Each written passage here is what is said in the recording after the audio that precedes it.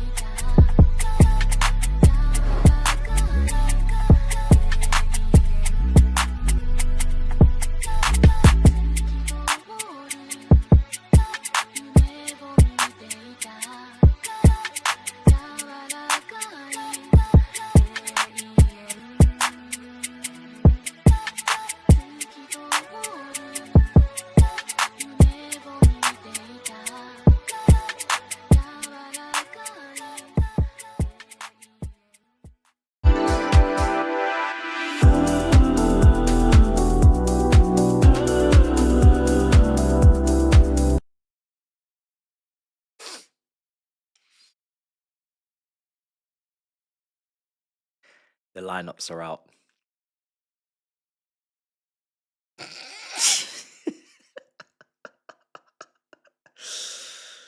Oh, the lineups are out again.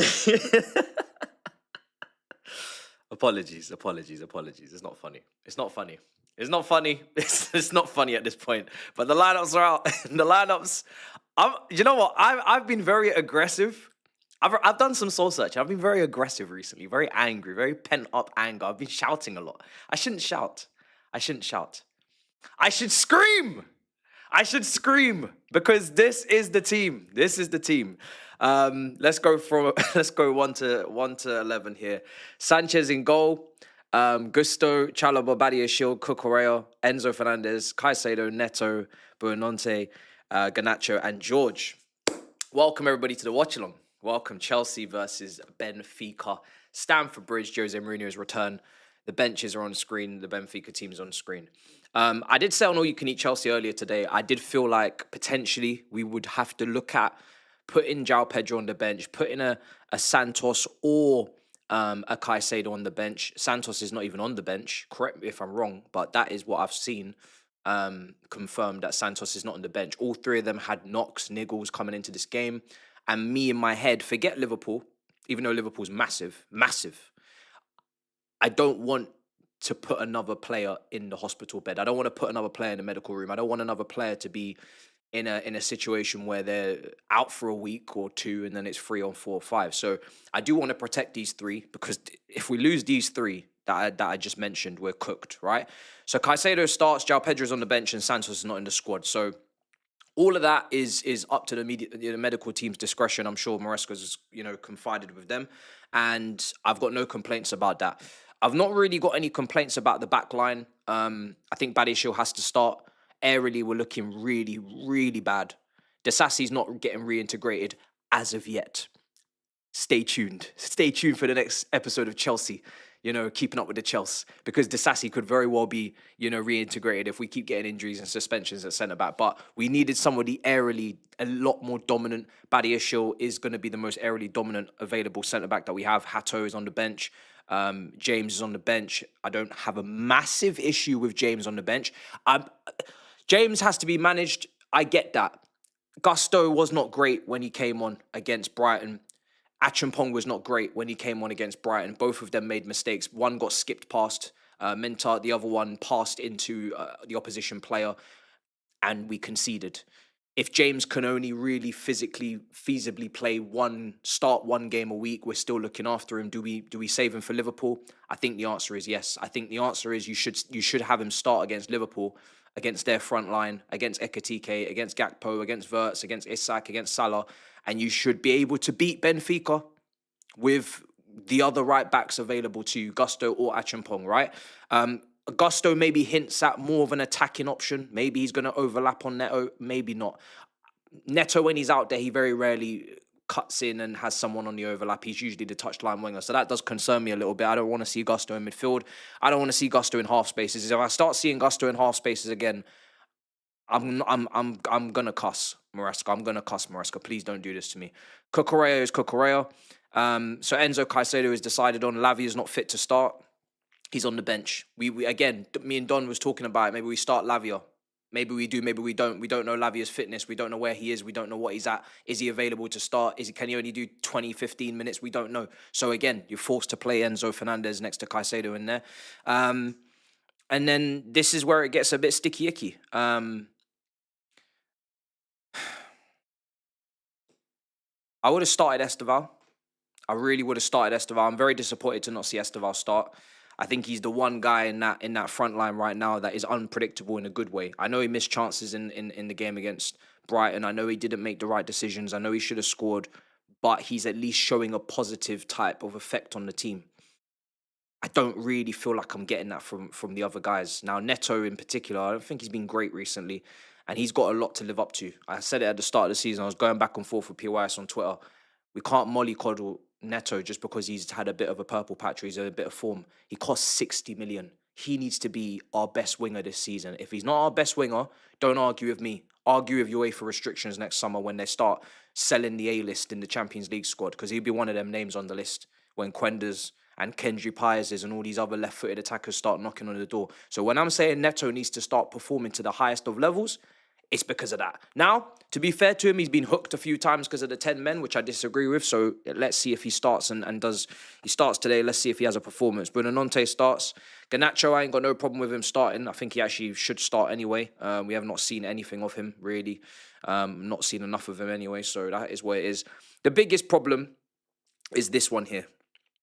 Just because George scores a screamer against Lincoln, it doesn't mean he should start up front. It should be Gu. If you're not going to play João Pedro, it should be Gu. Now, you know me. I'm not really the biggest flag flyer for Gu in terms of I think he's going to change lives, he's going to change the world. But at this point, as you verbally said in your own presser, he is your only other striker. And João Pedro, you was kind of flirting with, isn't really a striker, kind of plays in the... So when are we going to just see the striker go up front?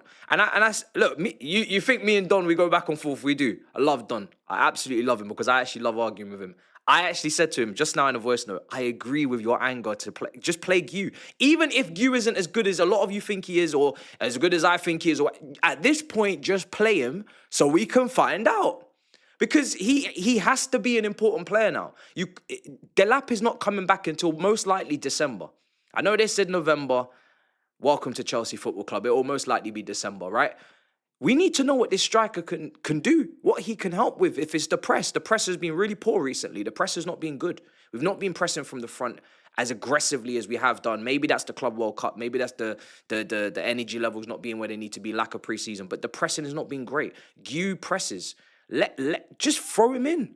Just throw him in. George, we know what we're getting from George. He's not a striker. He can strike the ball. That doesn't make him a striker. And if Jose Mourinho is going to set up the way I think he is, with these defenders, and it's gonna be a tough day for George again. Back to play, trying to link things, trying to get involved. And when we try to cross the ball with Pedro Neto, who loves to cross the ball, sometimes he crosses the ball even when there's no one in the box because he just loves crossing the ball so much. He loves it. It's his favorite thing to do in the world is cross. Who is he gonna cross to? There's no one there. Buonanotte is like 5'3". Who is he crossing to? Again, I don't understand what's going on here. Because, again, he don't rate him. I said this. When he was recalled, I said it. He don't rate him. We saw it last season, he don't rate him. And that was with Conference League. And he just played him in that competition because no one respected that competition. You're not going to rate him now in the Champions League. But it's too late for that now because the window's closed. It's a shame. It's a damn shame that this guy, he's not going to play against Liverpool. After Liverpool, we got Nottingham Forest away, 12:30 kickoff. He's not playing that game either.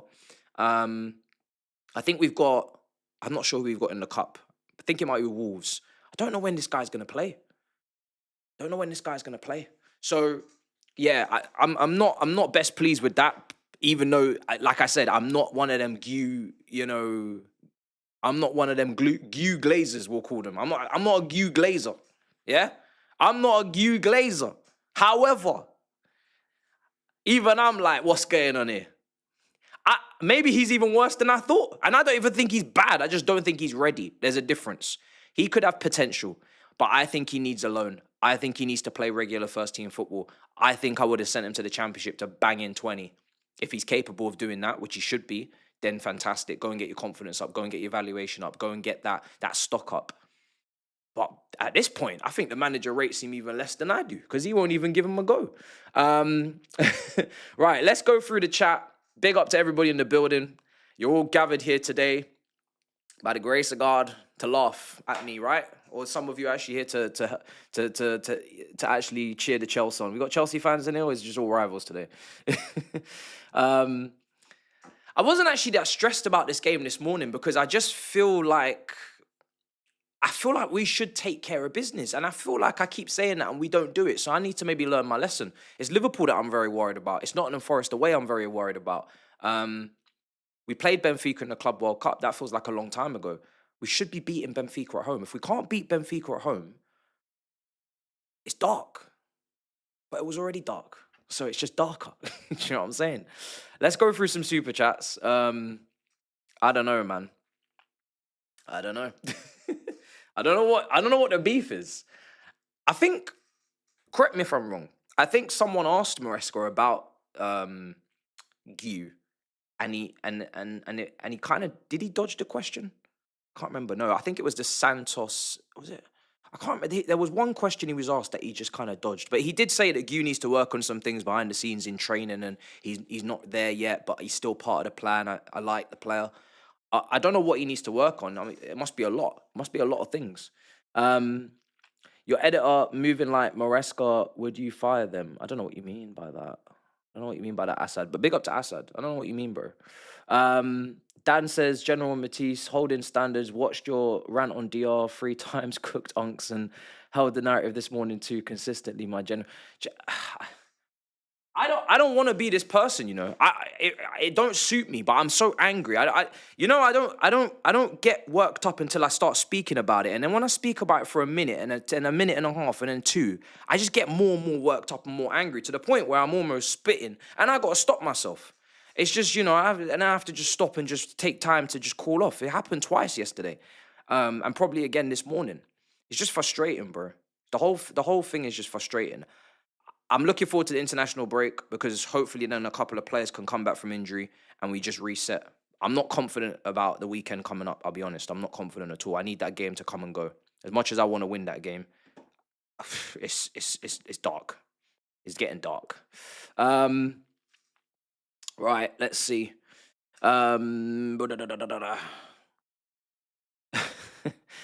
Todzillion, Egbalian million, sweet. Bro, what kind of super chat is this, bro?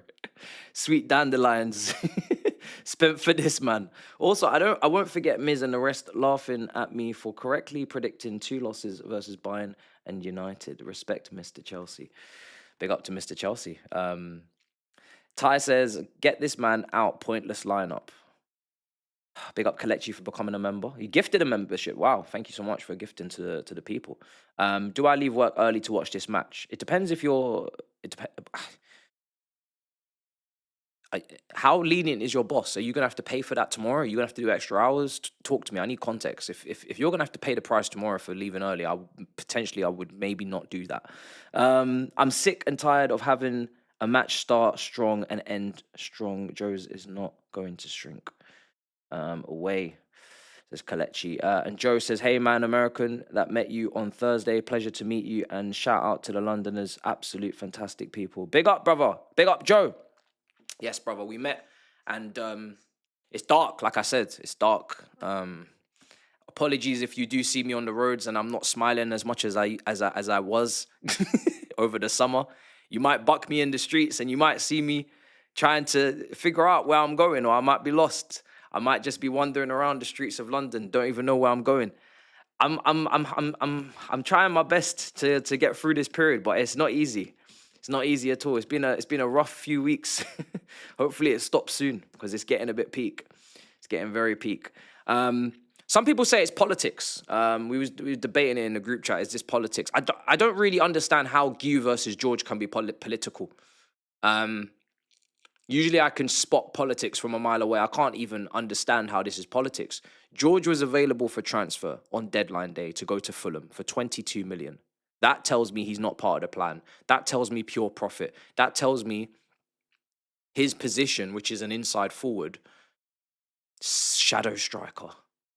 There's no position in this team for him. So why would you be favouring him? We know the manager doesn't trust. We know the manager was happy to loan out, etc. He's back now. They're both just as unwanted as each other. I don't understand how it couldn't be a fair 50-50 split in terms of minutes in this position. The likelihood is that he gets lost today. He doesn't really get involved. He doesn't really have much opportunities to score, much influence, much touches, and we're playing almost like with 10 men. And then he might even pop up with one of those great strikes that he has in his locker, but it's just not sustainable to keep doing this. If this is your answer to João Pedro being your only option at 10 in Premier League or being your only option at 9, it's not a good option to sit here and say, but, is he trying to send a message? I don't know. I don't know why you would focus on sending a message when we need to win. I don't think he's doing that. I don't know what's going on. All I know is that front line is not Champions League standard. I can tell you that for free. That front four is not Champions League standard. Now, thankfully, we're playing Benfica. No disrespect. We could buck a Benfica in the Europa League. We could. More than feasible to buck a team like Benfica in Europa League. But that front line is not Champions League level. So the midfield, when Enzo's actually playing to the level that he's capable of, yes. The fullbacks, if Gusto's just playing in his role as a flying fullback and just does the basics properly and doesn't miscontrol the ball and doesn't pass into opposition players and doesn't take heavy touches, the centre-backs, in their form, it's dodgy. Badiashile, because he's fresh off an injury, hasn't played much football. He might be a bit rough around the edges. Chalobah, he's not in good form.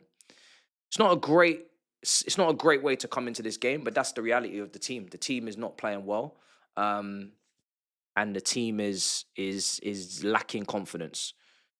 Hopefully, we don't get any. If I could ask for one thing today, no individual errors. If we don't get any individual errors today, and we finish the game with 11 men, that's progress at this point. That's how bad it's getting. That's all we need. It's just no sending off and no individual error. But yeah, I don't know. It's a strange one. I can't answer the question. Let me see if there's any quotes on the timeline. Because I don't really understand what's going on as much as the next person with this striker situation here. Let's see if there's any quotes, if anything's happened. And the thing is that it's a snowball effect. So usually we would be able to say Reece James can come out of a game like this because we should feel confident at home to Benfica. We just played Benfica in America. We dusted them down. But because of the snowball effect of what the attack looks like, who's up front, the lack of real chemistry and understanding between that front four, they don't really play together very often. In fact, the last time they played together was Lincoln, right? I think that was the same front four, and it was absolutely abysmal. It's not good. Actually, sorry, Gittins was in for Neto. That's the only other option. It was Gittins in for Neto. It's not good going forward. So as much as we have a problem defensively, don't sleep on the issues in attack. The issues in attack are just, for me, obviously, yes, the defense is costing us because of the errors, because of the 10 men, because of the lapses of judgment, lapses of concentration, the poor decision-making. But the attack is not good. The attack is not good. It's really not. No Delap and no Palmer. And we're on our arse up there. And Delap is not a key Chelsea player. So he shouldn't really even count in terms of, we should not be falling through the floorboards because Delap isn't available. Delap is new. Delap we signed from Ipswich for 30 million. Delap should be one of 3 striker options, and it's just contributions. Shouldn't be a big deal. If you're prepared, if you've got depth, Delap, unfortunate. It really is, but it shouldn't be the end of the world. Palmer, absolutely, but not Delap. We should have enough. So people, yeah, it feels like it's going to be a tough game. No, I wouldn't take a point. I don't take points at home to Benfica. I don't care what's going on. We don't take a point. We need to win the game. No chance. Likely Guy going to Strasbourg in January, and then Omega 3 comes in. Yeah, Omega 3 comes in from Strasbourg to swap with Guy. And does Maresca trust Omega 3? I don't know. Let's find out, I guess, when that swap deal happens in January. Can't play for Chelsea, else he'll have played 4-3. Oh, come on. Now, you're right. You're spot on. That's a great point you're making. And I remember when someone did a little thread on Twitter about all the loanies and all the regulations and all whatnot. That's a good point. If Guy plays a game, he can't play again for another club this season. But surely we're not prioritizing a January loan deal for a player that's cup-tied in the Carabao Cup and not using him now. Can we put Chelsea first? Chelsea's the most important thing. If he can't go anywhere in January, I don't give a damn, to be honest. That's just poor planning. That's just deadline day chaos and anarchy and all sorts. You have to tax that to the game, I'm afraid. Tax that to the game. There's no way we record someone to not play them because we have to loan them in January. Even though I understand where you're coming from, I have to rebuke it. I have to refute it. I rebuke it. It's repulsing what you're... No. We didn't recall someone to say that they can't play because January. Don't recall them then. So I hear you, but I'm not hearing you. Do you know what I'm saying? I'm not doing that. He's cup tied for the Carabao Cup. Yes, he's cup tied for the Carabao Cup. He's here for the champion. Sorry, he's not cup tied for the Carabao Cup. He was cup tied, and then Lincoln City, we found out he's not cup tied, and now he's available. I don't even know if he's going to play in the Carabao Cup against Wolves. You know, I don't even know if he's going to play. He was cup tied. Sorry. So I don't even know if he's going to play against Wolves. You'd like to think, but at this point, it looks like George is going to play those games. So maybe they aren't playing him. But come on, is that not... What's the point? What's the point of bringing him back if you're not going to play him? That doesn't make any sense. So I don't know what's going on. Or maybe they're using him as like a last resort. Maybe the point is they're using him as a last resort, so they won't play him if they don't have to. But if George gets injured, then they'll play him because they have no choice. I don't know. It's crazy. I'm trying to understand it. But it doesn't make a lot of sense. Right. Claver says, we are going through a painful period. We are getting cooked every week now. Can we also understand that Maresca has to manage through fatigue due to extended season with Club World Cup and injuries? That's definitely a factor for sure. There's some things that I'll give him a pass on, and there's some things I won't. I think the 10-men situation, he's bottling it. So I said that. I think with the squad quality, I think that I can definitely understand the grievances towards the directors, and I agree, because I gave the incomings a 6 out of 10. You guys will remember that video. But I said I'm going to war regardless, because that's just what I wanted to do, regardless of whether we're ready or not. I said that. I don't take it back. That's my mentality. I want to be with the best players. The best players are the ones that we're meant to be trying to hit their levels, you know? Everybody else, you're going to have to overperform. Neto, you have to overperform. Garnacho, you have to overperform. Chalobah, Badiashile, you have to overperform. For people like Cucurella, for people like Caicedo, for people like Palmer, for people like João Pedro, who's starting to put himself in that group. Reece James. It's really annoying. It makes me and many of you come across as bipolar. And people will be looking at us thinking, you man are just bipolar. There's something wrong with you, man. Because 1 minute you're happy, 1 minute you're sad. We have top players. That's why we're bipolar. If everybody was just crap, this would be a lot easier. But they're not. We have top players. And I don't mean to be arrogant, but we have a... No, I'm joking. Jose Mourinho.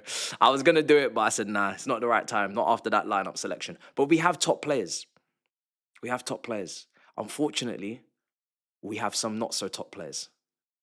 And the manager's doing the hokey cokey. He doesn't know which side he wants to be on. So let's see how he moves in the next few weeks, if people have any more patience for him any longer. But it's very frustrating. It's very frustrating. Why can't Fernandes rest? I feel like some players get managed and others ignored, says Kelechi.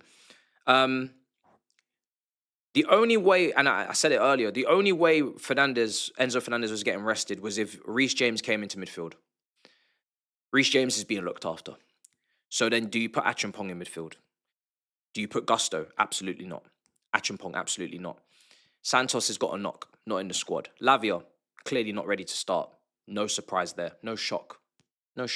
In fact, he might even be saving Lavia for Liverpool. If you remember Liverpool last season, Lavia played next to Caicedo. When we played the big teams, we tend to play Lavia with Caicedo last season to have a bit more stability off the ball. Enzo Fernandez was actually dropped for quite a period. I think it was maybe 2-3 weeks. He didn't play a game. We didn't start because he was in poor form.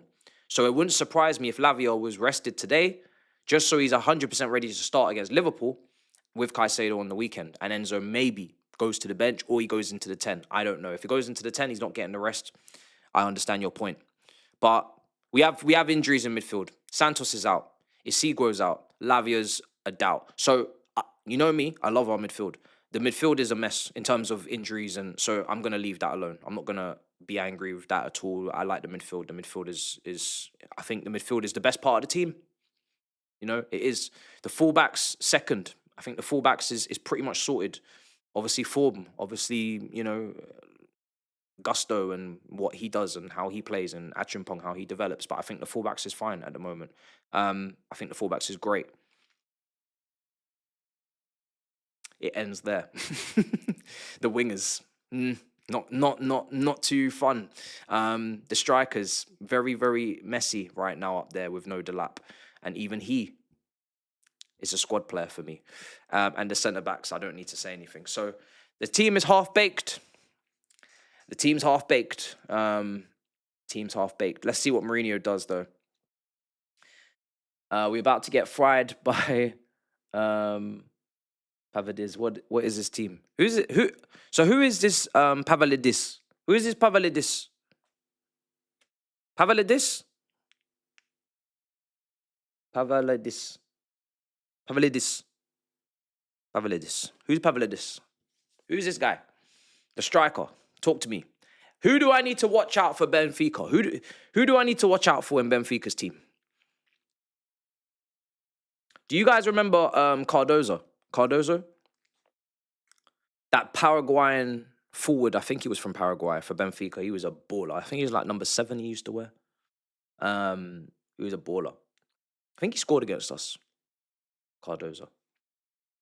Greek striker. Okay. Otamendi's obviously in this team. He must be like 38 years old. Yeah. Richard Rios. Yes. We're looking at Richard Rios. He was obviously a summer signing. He had a good, nice Club World Cup. A lot of people were talking about him. He had some very impressive performances, to be fair. So I will be keeping an eye on him, absolutely.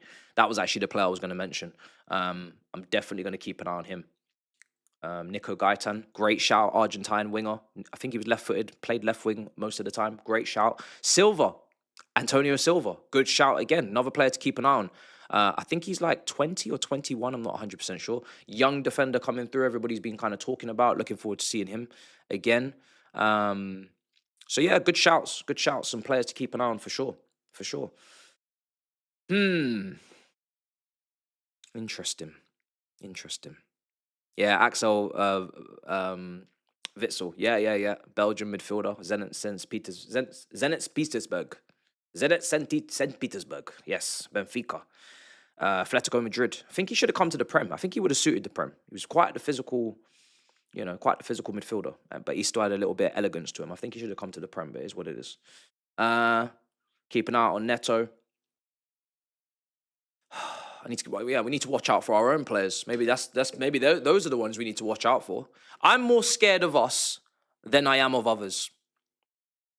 And that follows my logic as to why I was so pump faking about, again, I never thought we'd win it, but just go as far as you can, show progression, be in the conversation so we know that next season we're not begging. Next season it's really important for me that we understand that you're very unlikely with this group of players, with this manager, with this model, with this infrastructure, it's very unlikely that you just win the league. It's not going to happen. You don't have the Roman, Drogba, Terry, Lampard, switch it on, switch it off, switch it on, switch it off type mentality where it's like, we can just win because we're just winners.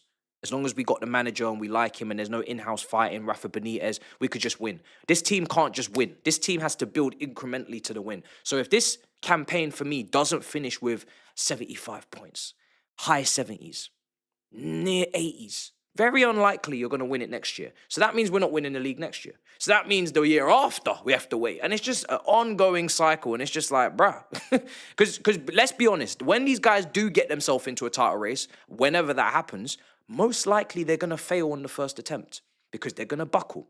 They're going to make mistakes. They're going to freeze under pressure. They're going to get nervous. That's what happens when you're in a title race for the first time as a young group of players. So I need to get that season out the way so I can go and win it. And if we don't even look like we're going to have that season. So whenever we're going to plan on doing that season, we're going to have to follow it up. It's just long. It's just long. If it was the Champions League, the Cups, just win. You can win anytime, any place, maybe. Even this group, you still have to prove it in the champs. But when it comes to the league, it doesn't tend to work like that. Very rarely. With a group like this, it's not the right group for that kind of shock value.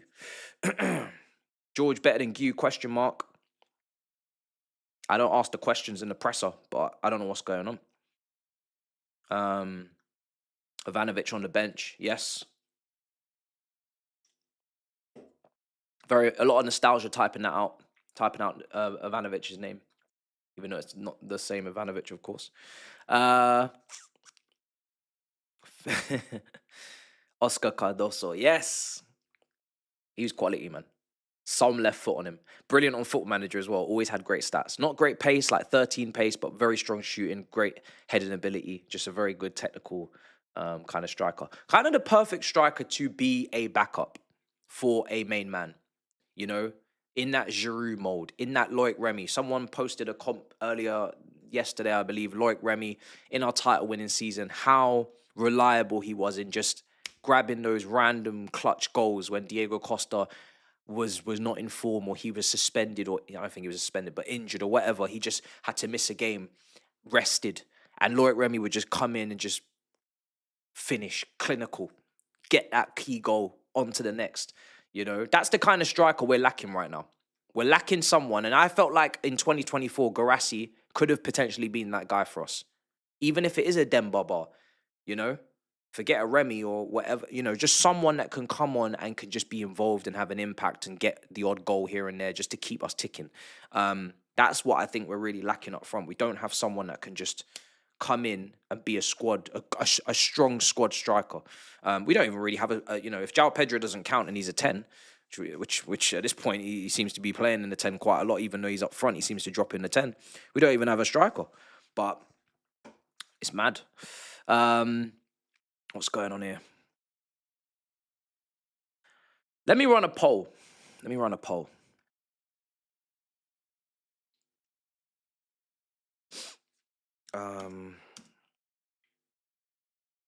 Also, I'm trying to get some FIFA codes for you guys, okay? Once the lady replies to my email, I got you. Okay, we're going to get you some codes. Stay tuned. When she replies to my email, I'm trying to get as many as I can. If you see my Instagram, we done a nice little collaboration with EA there. We went to the event, seen Anita, seen Flex, seen HRMC pod. We've seen our brother Soren. Used to be on Reactionary Blues podcast, and now he's blowing up. CB, all sorts. You know, seen CB. He told me that the naked protest is off. He's called it off, so that's great news. Great news that he's called that off. I was getting a bit concerned.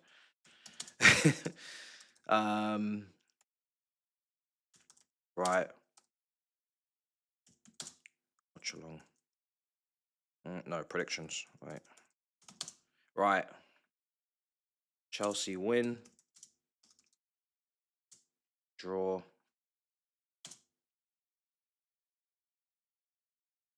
Benfica win. I'm looking forward to seeing this poll, because you guys are usually really, really upbeat, and you're really, really, really heavy favoring Chelsea in the poll. But I don't know. You guys are very unhappy with the lineup, so I don't know. Reggie Walsh is also on the bench. Have I missed him? Hold on, let me double check.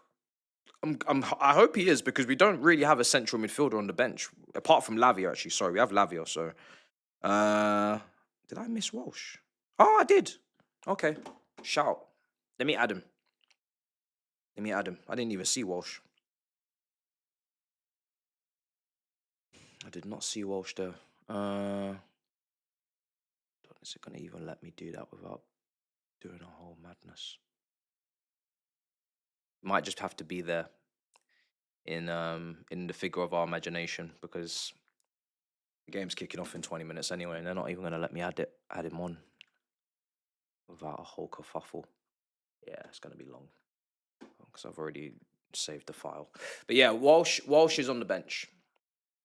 Reggie Walsh. Reggae Walsh. That's what I'm gonna call him. That's his nickname. He reminds me a bit of Billy Gilmore, just a little bit. Very, very, very petite, very small, very, very agile, very, you know, glider. He's a glider. I like him. He looks like a talent, but let's see if there's any space. I mean, we always talk about, we were linked with Adam Walton. Sorry, Reggie Walsh. But I like everybody to get nicknames, you know. Amiga free. Amiga. That's my new striker at Strasbourg, right? He's coming in January. Free Amiga, Amiga free. Free him.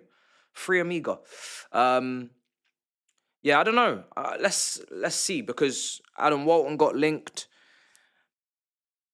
Do you know what's a very interesting conversation? Because we now know that we're going to be restricted for the next 3 summers or whatever, right? So we have to look at the A list. We have to look at the first team. We're going to have to sell to buy.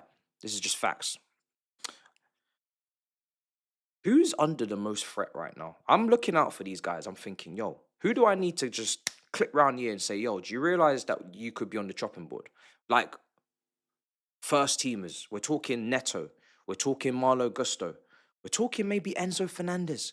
Just if you're an A-lister, but you're not necessarily performing like an A-lister, you could be in trouble. You could be in trouble. You got to watch your back. Because these lot, everybody be like, oh, that's not possible. And then next thing you know, you're in the bomb squad. Anybody could be in the bomb squad at any moment. You have to be very careful out here. It's not easy. It's not easy at all. We all know that 10-year contract before the loophole before they closed the loophole, we all know that them 100 million deals were amortized to shit. So I don't know what the book value is saying on that Enzo deal, but boy, you have to be very careful, bro. Let's see. People need to perform. We can talk about managers, we talk about directors, we talk about the owners. These players here, boy, they will put you in the bomb squad, some of you. I'm telling you, be careful. It's not no joke. You saw what the Sassy put up on Instagram. It's scary. Scary work. It's not nice. Lavia, absolutely Lavia if you can't stay fit. Wesley Fofana, A-list, I believe, right? So many of you. Risk. Risk. Bare risks. And this is my thing. Because I know that there's so many risks, I can feel the 7 in, 7 out. I can feel the 8 in, 8 out next summer. You think, just as it's quieting down, there's only the Sassy, was Chilwell sold? Was he loaned? Sterling. You think, oh, that's the end of the bomb squad. Surely now it will be a quieter, calmer. No, it won't. No, it won't. So many brothers are at risk. So many people could still be moved on next summer if you're not performing. I can see it. I can see it from a mile away. Your place is never safe, which is usually a good thing, you know, but if it causes instability to a level that we're always restarting the team every season from scratch, then that's not good. So we went through Kalechi's super chat. Lowski says, we're about to get... Oh, yeah, we already read that one out. Big up to you. Let me see. Sumaya, member for 3 months. Big up to you. Says, I think Chelsea want to swap Gu for Amiga 3 in... Oh, yeah, we read this one, didn't we? I think so. Anyway, Omega in January, but if he even plays us... Yeah, we did read that one. Big up to you. That was about the whole playing for more than a couple of clubs rule. LJ Brown says, what the hell are you calling me? You said a Wood Stewart. Wishing you the worst tonight. Brother, why are you always calling me something? Why are you always calling me names? I don't understand what I've done to you, bro. I don't understand what I've done. Anyway. Real Madrid are 4-0 up in Kazakhstan. Obviously, I'm sure one of our many talents are out there playing in that game, is he? Has anybody been watching that game? Anybody been watching that game? Sure, he's not getting much service or much chance. They won 5-0. The game's finished. Okay, cool. Right. Let me find what we're doing here. Right, let me move these lineups. They're annoying me. Triggering. Studio's done, by the way. We're done. The revamp is done. The shelves are lit. We're looking good. We're ready for the next period. We're ready for the next period on this channel. Hopefully it's a positive one. I'd hate to build such a nice place for me to just rage and rant. But hey ho, what can you do? It traumatized my last place, and now we'll see. Yeah, I did leave that wall a bit blank over here, just purely because when I do my sit down, let me just show you. When I use that desk, you've seen sometimes when I do those videos where I sit at the desk and we do a different type of talk, usually a serious matter. I need that wall blank, so I just leave it blank blue, and then I don't have any issues there trying to make it make sense.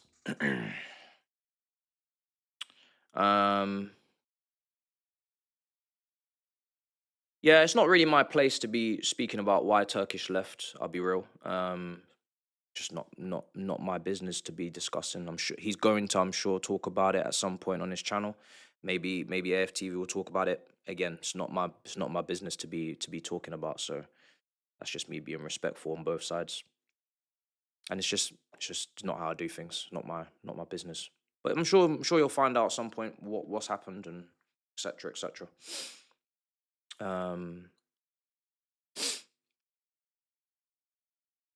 Wear my vest. Let me see. This team is actually shocking. You can't build a team spirit like this. Oh man.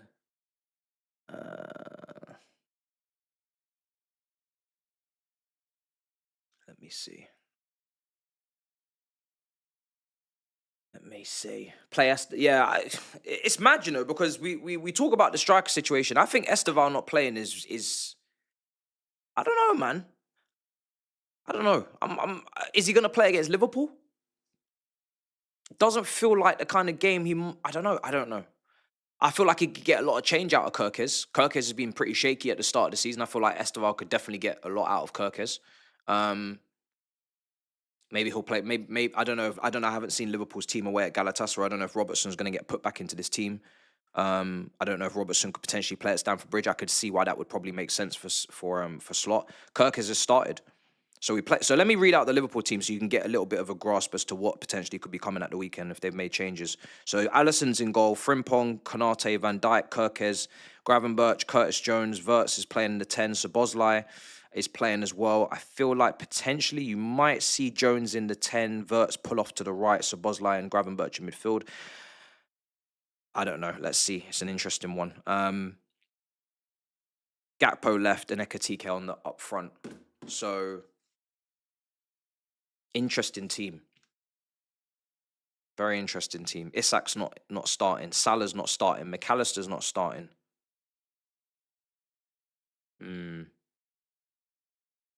They've rested quite a few attackers. They don't have barely any injuries as well. I see Chiesa's out. I see Dan's and I see Leone, their new centre-back. Apart from that, clean bill of health. I compare that to our injuries. It's peak. Like, it's crazy. They have no issues over there with injuries. We got Delap, Fofana, Isugo, Colwell, Mudryk suspended. Someone just take Mudryk's name off this. We don't need to keep reading out he's suspended. Sterling, Palmer, no one cares. With that one, Sterling's obviously not part of it. Tosin, Caicedo, doubtful. Santos, doubtful. Desacia, yeah, not involved. It's mad. It's mad. They're saving some of their players for us. They're saving some of their attackers. They're saving Isak and Salah and all sorts. It's mad.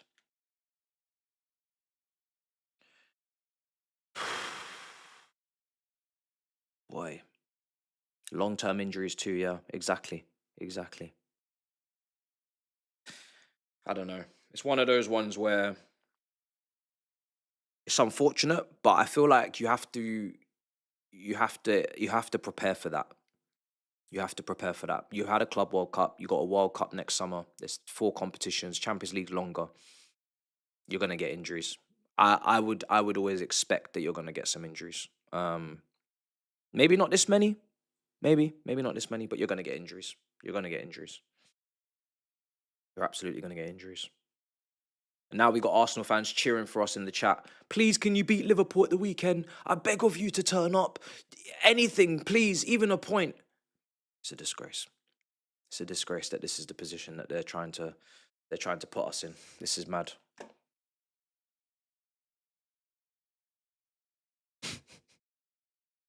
The lap will return in 2026. I don't know.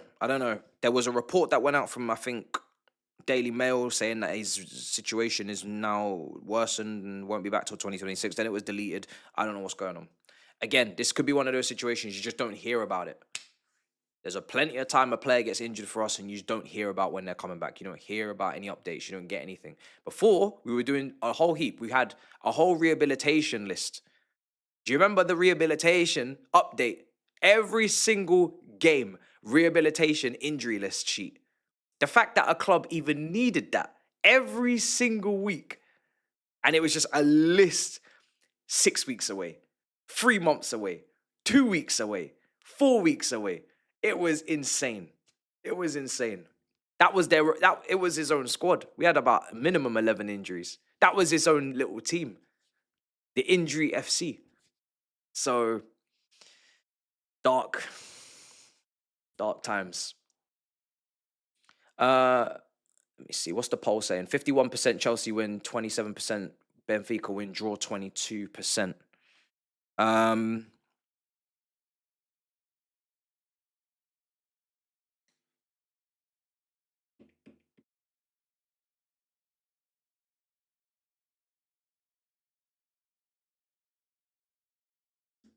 Who do we need a big performance from today?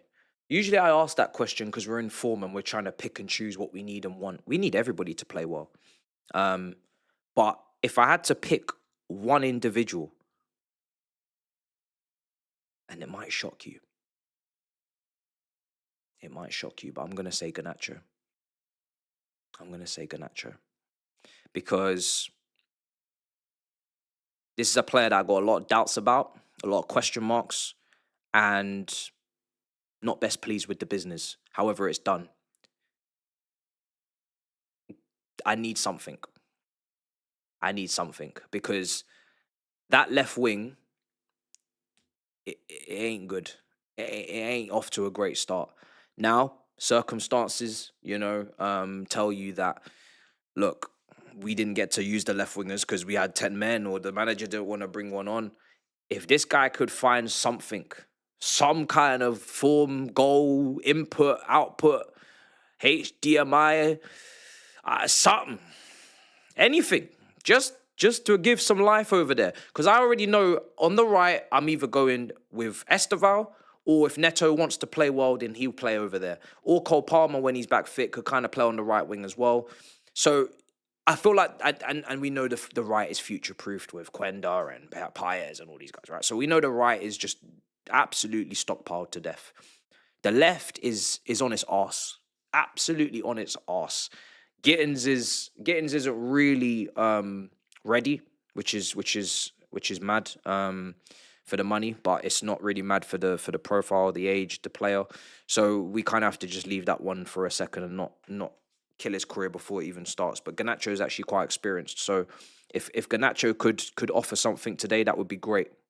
That would be fantastic. Because I've had enough of Man United fans laughing at me, When's he going to play? Why is he not even involved? Thanks for the 40 million. I don't want to hear it anymore.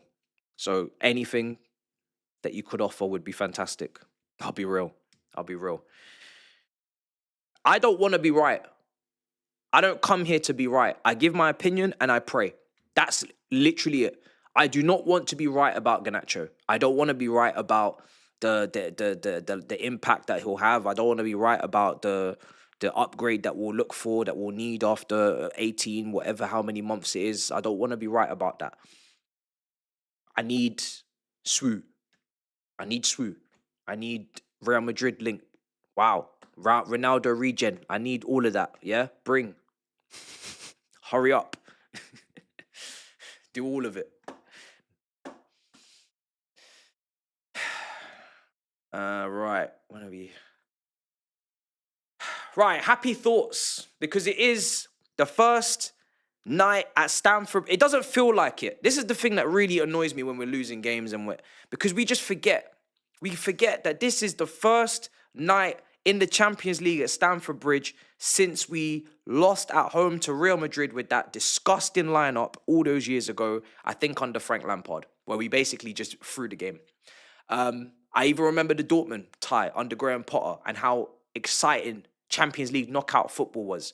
And going through to the next round, the jeopardy, the drama, the nerves. Bring all of that back. We need to try and qualify in that top 8. We need to win today to do that. If we're not winning today, we're putting ourselves under pressure because we've got Barcelona, because we've got Napoli, so we need to win. But it's so good to see Champions League football back at the Bridge. It really is. I ain't got no audio, but I'm going to watch the thing back later with the song and the anthem and all that. Jose Mourinho just walking down now. Crazy. I'm sure he's going to get a great reception. Some people don't really think he should get a great reception because he managed Tottenham. For me, he didn't win anything at Tottenham. It was just a job. Sometimes you just pick up a job. You do an interview, they ask you, why do you want this job? Because I need money. That's the answer. You're offering the job, I need a job. You have money, I need money. Why are you making this difficult? That's what the Jose Mourinho Tottenham situation is. I don't really care about the Man United stuff. I'll be real. I don't really care about him going to Man United that much. It's Tottenham. I get it, Tottenham. But he didn't win anything, and it was a job. There's very few people that can go over there, and I still have any sort of affection or care for them afterwards. But this brother is special. He's the special one. So for me, I write it off. It's a write-off. It's a tax write-off, that one, you know? So it is what it is. But great to see him again, but we need to beat him. He's just chatting to Maresca right now. And then Maresca's chatting to him. They're pointing to each other. This is what's going on. I love you. You're the best. You're the best. No, I'm the best. That's what's going on right now. It's beautiful. It's lovely. Turn on your TVs. It's lovely. Beautiful. The love affair's already begun. Now beat him. I'm going to close that poll.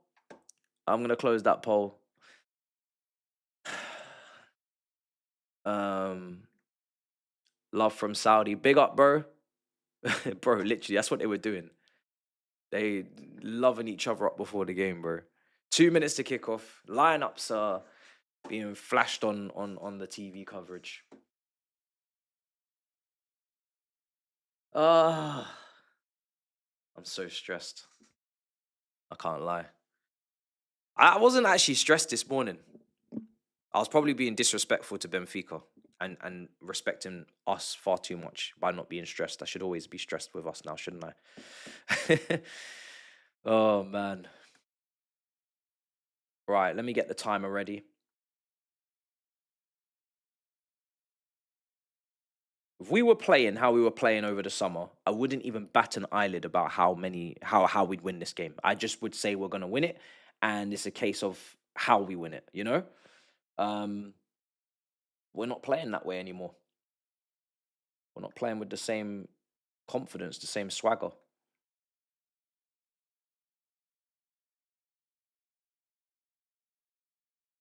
I don't blame us for getting excited, man. We won a trophy and we beat the best team in the world whilst doing it. The Ballon d'Or winner was part of that. The goalkeeper, Golden Glove, but Ballon d'Or winner, biggest goalkeeper in the world. Like, we're fans. We're meant to be emotional. We're not meant to be logical every single minute of every single moment of. That's not our job. And I'm not just saying that because I was one of the people that got excited with the performance. When our first 11 is fit, including Levi Colwell, I believe that first 11, apart from the goalkeeper, maybe there's another position there, probably next to Colwell centre-back, but apart from that, that's an exciting team. And the left winger. But you know what I'm saying? Like, most of it is exciting anyway, at least 8 of the 11. And then it was just a case of just topping up the last few pieces of that 11 and making sure you had the depth. But we always overcomplicate everything, or we're in complicated situations. So, like I said, if we were Man United fans and we had a shit team and a shit manager and everything was just shit, then yes, crazy to even have any hope. But we're not as bad as we're currently putting out, and we have players that we should be excited about. The problem is we always seem to leave a little bit on the table. We always leave a lot on the table now, don't we? We like to make things difficult. We like to make things complicated instead of just doing what needs to be done. Time is coming up. Let me see.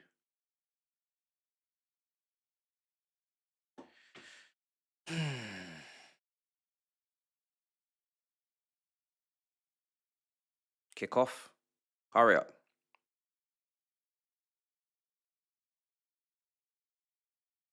And we've kicked off.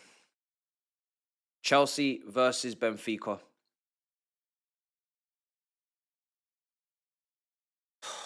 Let's hope that this is a good performance. If my timer's a bit off, I will update. I think it might be a few seconds behind. Bear with. We've kicked off, chat. Sync up. Lock in. It's time.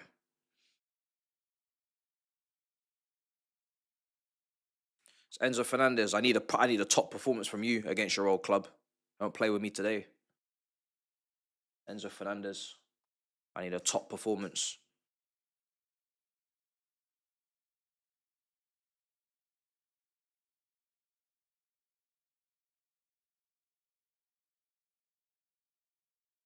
Okay, I'm going to keep looking to sync this time. Chelsea in possession at the moment. Assumption, I've not watched Benfica under Mourinho. I'd assume we're going to have most of the possession today at home. And they're going to set up themselves and be tough to beat. That's my assumption. But what do we do with the ball? And we need to kill off the game. Because every time we go up, which is not often this season, we don't kill the game. And then we're playing the game of 1-0 scoreline, and then things turn and things happen, and it gets very difficult for us very quickly. We need to, if we go 1-0 up because we're playing well in the first 30 minutes, we need to be going 2-0 up as soon as possible. You can't trust this defense right now. We've given it away. Badia show, I think. Garnacho.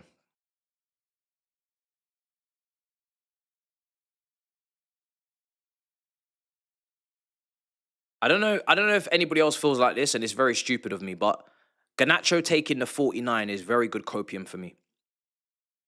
It's very good copium. I feel like if he had taken the 7, or he'd taken, God forbid, a 10, you know, if he had got a different squad number, I'd be even more on edge. But because he took a 49, it calmed me down a bit. Not much, but a little bit. It helps. It helps. I can't lie. It does help when people take those kind of squad numbers. So I appreciate him doing that. Don't know what that means, but if you get me, you get me.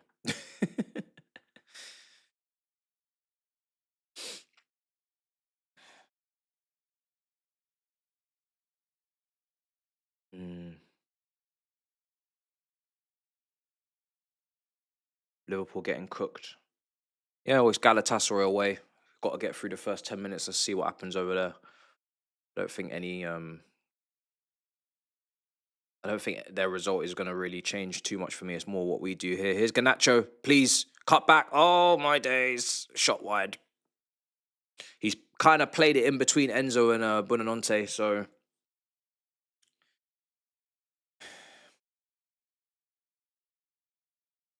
yeah, it's not great. Because I think he is looking for Buonanotte, but he's just ended up going to Enzo, who's just smashed it wide. About to hit 3.5 minutes. Nearly 4 minutes, sorry. Atmosphere's mad. Good. Good to hear. Smash up the icons as well if you haven't already.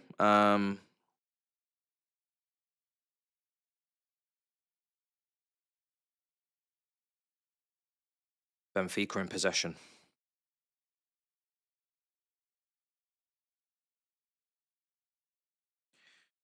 Come on, boys.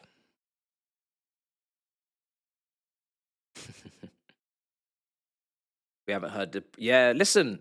Stamford Bridge, the best atmospheres are away from home, especially Tottenham away, and London derbies and all that, and Champions League. Champions League at the Bridge is beautiful. Ajax 4, Chelsea 4. Sorry, Chelsea 4, Ajax 4 at Stamford Bridge was one of the greatest atmospheres, man. Like, it was of recent times. Just so good, man. Just the atmosphere is so good. And it's a night game as well. That always helps, you know. When you got a night game, you know what it's like if you go to the game, if you do have a few drinks here and there, you go with the boys or whatever, you get a few in, it helps. Because people need confidence to sing. Let's be real, as men. You know, some men are not really open to singing, you know. They think it demasculates them to sing. So they have to have a few to sing, you know. Singing is tough. It's not easy. It's not a Troy Bolton situation, High School Musical. You need a bit of confidence to sing. It doesn't just come out of nowhere. So, you know, a few drinkies here and there, and it helps. Puts you in a better position. Gusto again on the right hand side. Look at this. I'm not really sure why he didn't just go out to him, and he didn't really get touch tight either. He was just kind of just in no man's land for that 1-2. 5.5 minutes gone. That right side of defense is, we'll be keeping an eye on it today. Because Cucurella, we know what Cucurella will do on the left-hand side. Cucurella's going to stay. He's going to do his due diligence. He's going to be, he's going to be up to scratch. The right-hand side is, boy. Here's Caicedo. Chalobah's passing should be a lot better on that right-hand side. That was the complaint I had with him playing left side centre-back. His passing's nowhere near as good. Garnacho just kind of runs into traffic, out for a goal kick. Chalobah's passing should be much better on that side. So I'm expecting him to not, don't be giving the ball away cheaply on that side. You're on your favoured foot.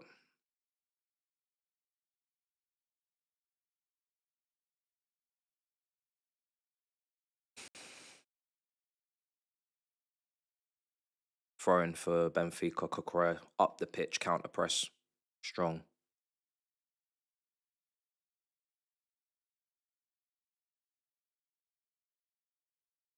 Badia Shill. He's most likely... Oh, Cucurella's giving the ball away. Brilliant. Benfica coming forward. Oh, my God. Oh, my days.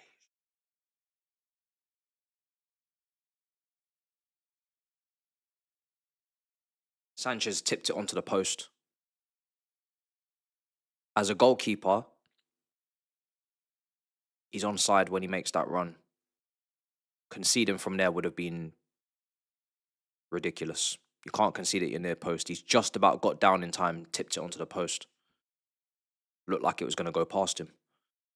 Corner's coming in. Oh, fucking hell, communicate! Can we communicate?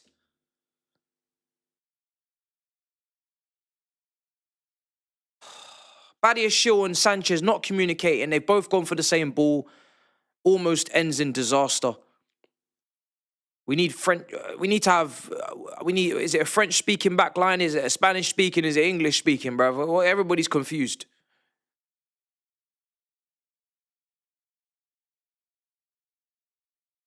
Sanchez speaking patois. Badia Shill's doesn't have a clue what's going on. I'm telling you, Badia Shill doesn't speak patois. Absolutely not. So that was on a lack of communication.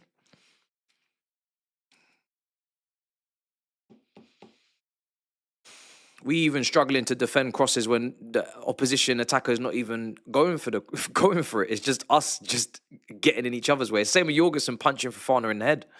We don't even need another player on the other team to be going for the cross. We just, anytime there's a cross, we just make something out of it. Crazy work. Here's Cucurella. Garnacho.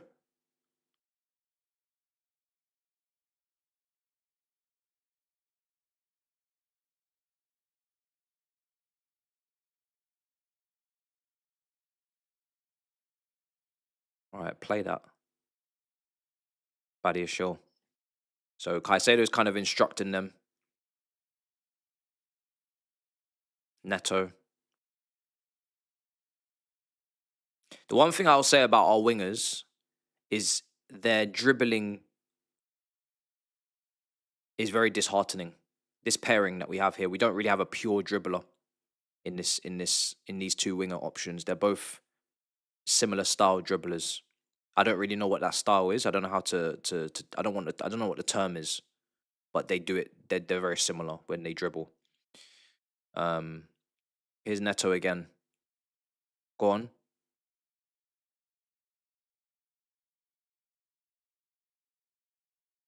Nope, it's not on. Ball in, headed away.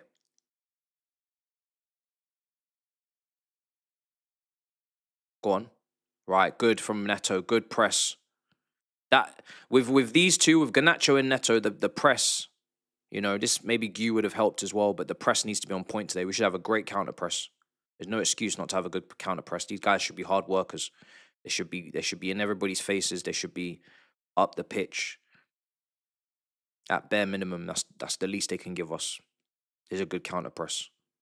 Not really seen too much of George. Neto, ball in. Go on, Garnacho, hit it. Scuffed it. Scuffed it. I've not really seen any of George so far. To be honest, he's not really. How many touches has he had? I don't even know if he's even. George had a touch.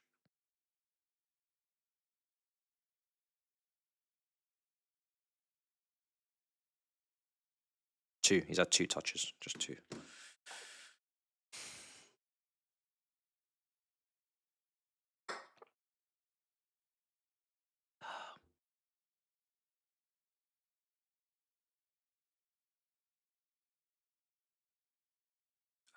Benfica on the ball now.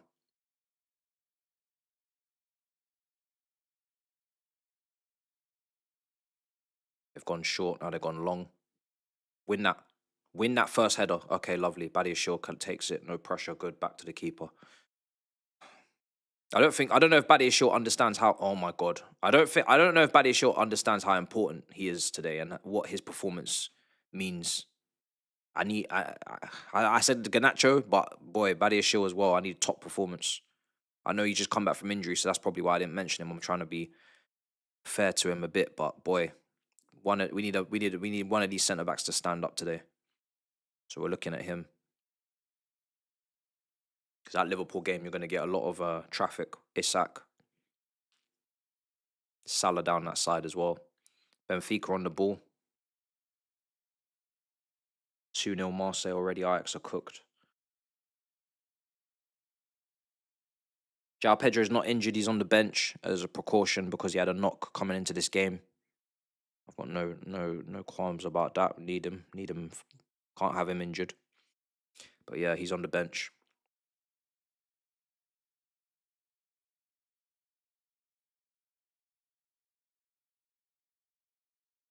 You'll notice when we get into wide areas, we're not able to cross at all. Not able to cross. Everything's ball to feet at the moment. Here's Badiashile.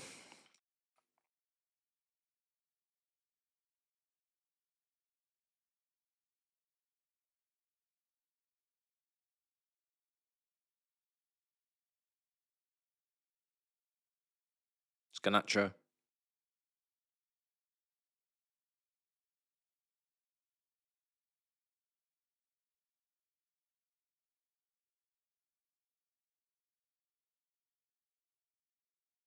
Chalobah pass. Boy. Out of play.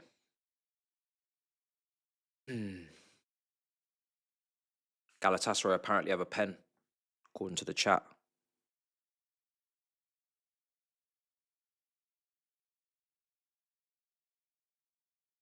Bayern Munich are 1-0 up against Paphos. I believe we have Paphos at home. Karabag away. These are Conference League games, man. Should be winning. That should be 6 points minimum. That's 6 points there. Gotta be.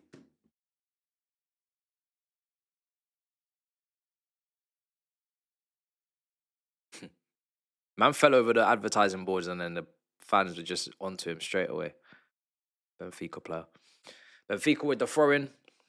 Penalty for Osimhen to take. So I'm sure Galatasaray should be going 1-0 up then if Osimhen's taking that, right?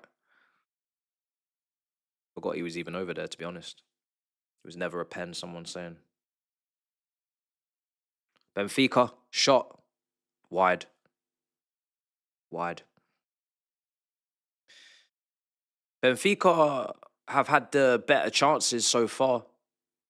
If we're talking about quality of chance, that wasn't one of them. We really have only had that Enzo strike that went wide. Garnacho scuffed his shot. But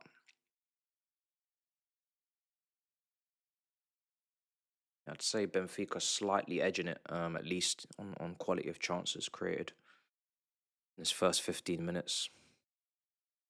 Galatasaray 1-0 up, yeah?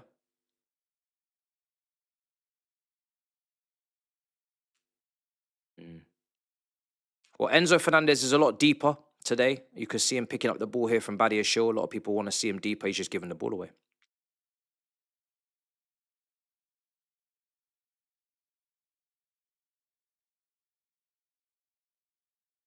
We nearly conceded.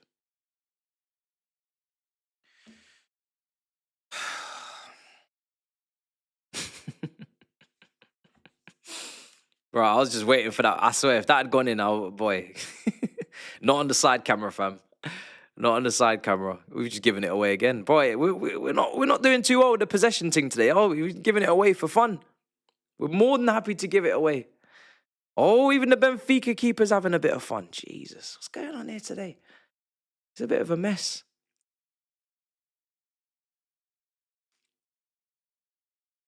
This game needs some. This game is crying out for someone with some individual quality to actually.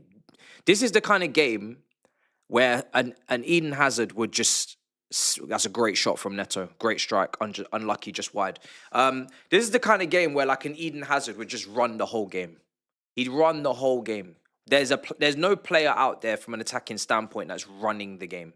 Like taking the game by the scruff of the neck and saying, this is my match. This is my game.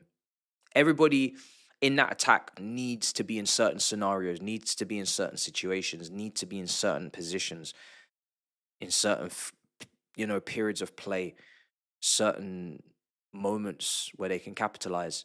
There's nobody to just get the ball and say, this is my time. And that's what you want in a wide player. At least one of them options need to be one of those type of players that just game changer. We don't really have it out there right now. Nobody wants to cook, exactly. But that's because they're not capable of cooking, I'll be real. Neither of the wingers are capable of cooking on their own. They're very heavily dependent on whatever the system is asking of them to do and find themselves in certain situations, scenarios. They're not capable of cooking on their own. Ball in, Garnacho. Oh, yes, we'll take it. We'll take an own goal. We'll take an own goal. 1-0. And it's the wingers actually combining with Neto and Garnacho. And it's an own goal, Benfica, boy. That man didn't know where to put that ball. He didn't know where to put it. It was another cross from Neto. I'm wondering, where is this going? Because there's nobody to win it in the air. And it's Garnacho at the back post. Oh, Garnacho. Is he onside? He better be onside. I think he is. They're just showing the replay now. Please don't. Okay, it's well onside. Beautiful. Beautiful. Run, cut back, own goal. We'll take it. And I think it's Richard Rios as well. We'll take it. It doesn't matter how it comes. It doesn't matter how it comes. It's a great run. I think those kind of balls from Neto, they're very frequent. That's kind of what he does. But very rarely do you see someone make that kind of run from that deep with that momentum, with that pace to get onto it and throw the defense off. Sometimes people, you could imagine a cross like that from Neto 5-6 times a game and it amounts to nothing because there's no one really making that run from deep. They're very static when the ball comes to them or they're not ready for it, etc. And then nothing really amounts to, nothing really comes of it. So that, I'll be honest, that goal is really all Garnacho. It's a great ball in from Neto, but it's more Garnacho's movement off the ball that's made something out of that. I don't know if Neto was picking him out or he's just kind of putting it into an area. Maybe if he did see him, then great. But good run, really good run, good movement. I'll take that own goal. I'll take that own goal every day. Is he still? Yeah, he gets an assist for that, even though it's an own goal. I think so. Boy, I'll take it. That's good. We need that goal of the season. Let's get the red card, boys. Don't, Mr. Chelsea, please don't say that. Don't say that. Man, them are all saying time for the red card. Nope. I don't want to see no red cards. I don't want to see nothing. Please. What music after the goal? Who played music after the goal?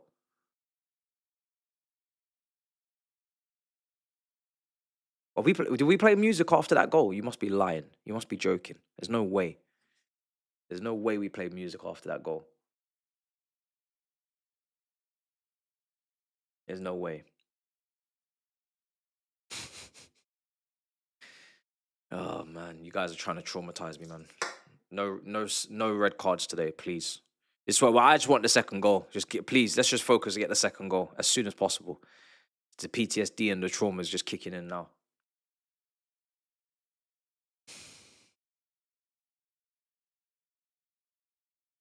They've played for us a bit too easily there. Right side, Benfica. Cutting in. Oh, shit! Oh! Oh, that was close. Last ditch defending. Oh, my days. Could have been 1-1. Big tackle from Trevor Chalobah. Last ditch defending. It's not great from Cucurella down that side on the left. He's kind of he got himself into a muddle. He just twisted up, and then the guy has just cut in. He got the ball across goal, and boy, we almost conceded. Because it would have been borderline tapping if Trev doesn't do that. If Trev doesn't get in the way, it's basically a tap in. It's too close to goal to be asking Sanchez to do anything about it. We need to stay switched on because Benfica have shown in the first 21 minutes they've got some intent.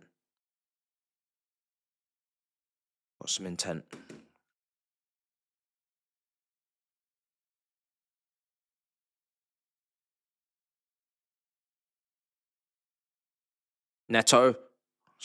Unlucky. Straight at the keeper. Oh, sorry, Buonanotte, sorry. He's the one with the shot.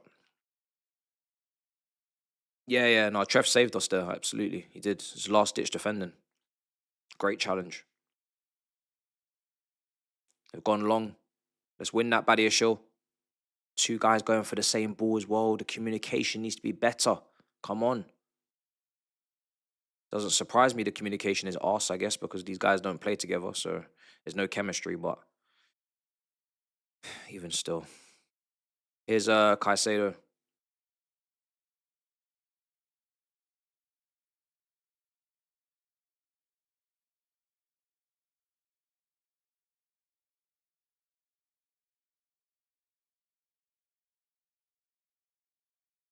Enzo. Chelsea just set up with this kind of box build up between Badia Shield, Trevor, Caicedo, and Enzo. No, it's not. Why, where? Whoa, Gusto, get back. Chalobah's gone out to right back. All in. Oh my God.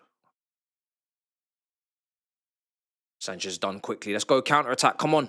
Enzo, move out the way, ref. Nice. Move it on quick. Garnacho, take your man on. Take him on. Go on. Okay.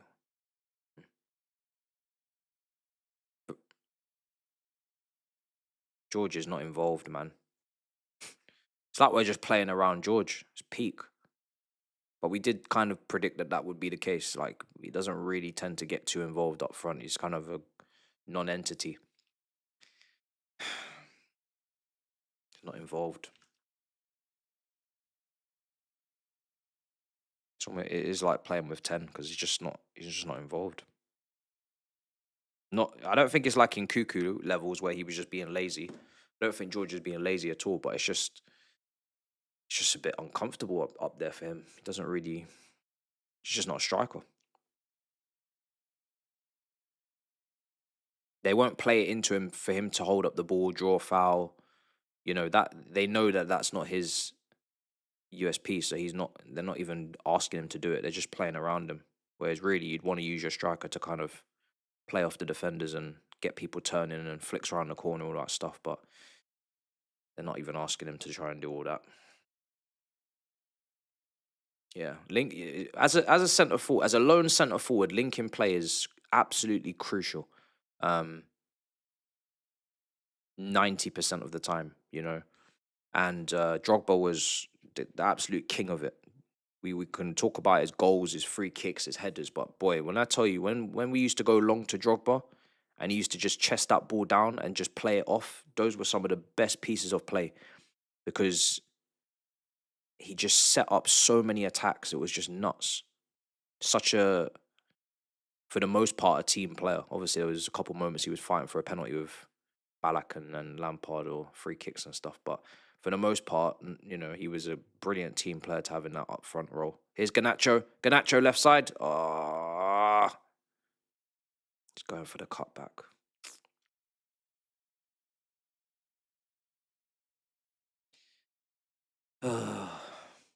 He's just a decoy.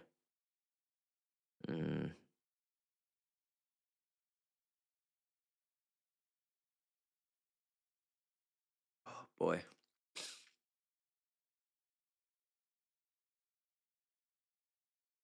That challenge from Trevor is literally life-saving.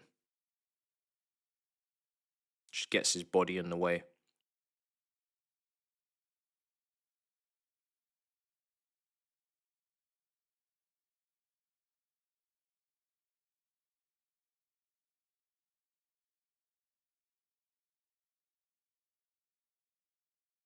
Drogba was so skillful, man, as well. People don't realize this guy was so skillful. The way he used to cross the ball, boy, in step, just whip it. First touch, little ankle first touches, a little bit of skill. When he was at it and he was confident, he was fantastic to watch, man.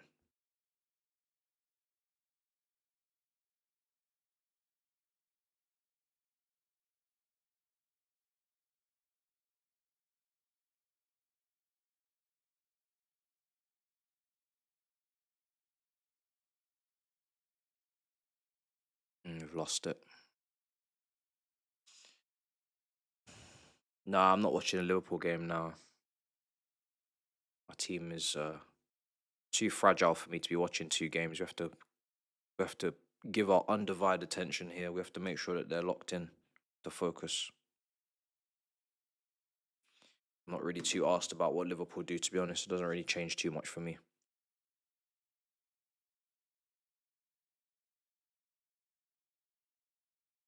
Palmer's in the stands. I saw a picture. I think he was watching the UEFA Youth League Chelsea game earlier today. I don't know if that was a real image or if it was just AI. Surely, I don't know why someone would fake that image. That must be real.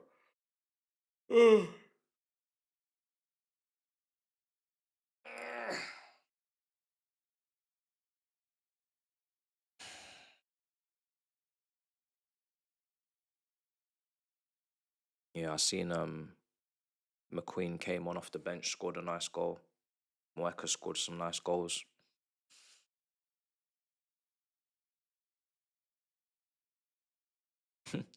Bro, you and Gittins have taken on Felix's and Renato Vega's story from last year. Man said he's taken on their character traits. Well, not character traits. He's taken on their storyline. Yeah, he's taken on their character in the story. We'll give it until December to see. In January, by January, we'll know if these men are, you know, if they're gonna get anything. Because if they don't get anything by Jan, then they're gonna be knocking on the door themselves saying what's going on.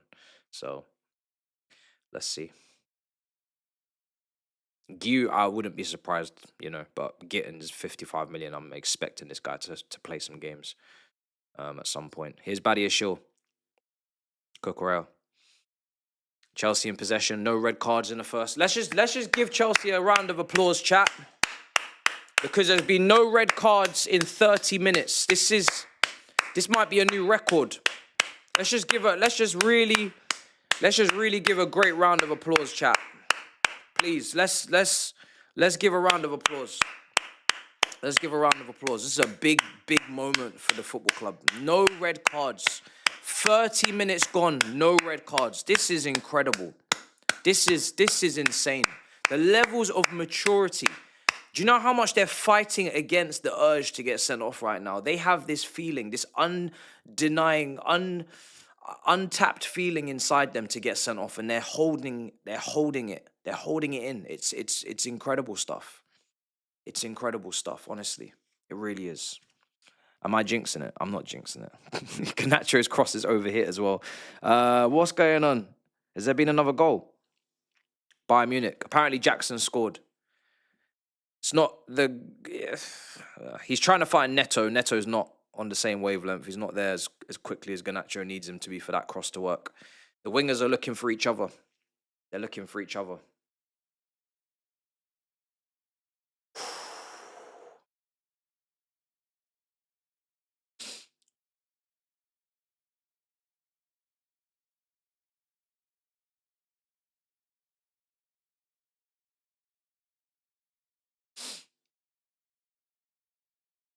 Where was Neto on that cross? Yeah, he's not quite there. Not quite there. Sanchez has gone long. Oh, he's... he miskicked it there. Could have been in.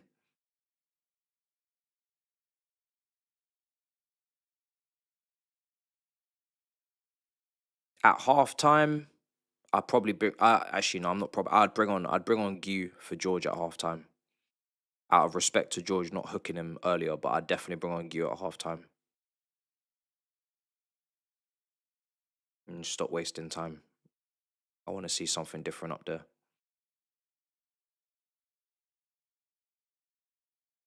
I don't care what his role is. It's not important enough to not make a change. Honest to God, I don't care. Whatever he's been asked to do up there, whatever he's meant to be doing, is not important enough to not be making a change. Here's Garnacho. Cucurella. Cut back, no one there. That's going to be a free kick. That's going to be a free kick. Let me see if I can find the Jackson goal on Twitter. I'll tell you what happened.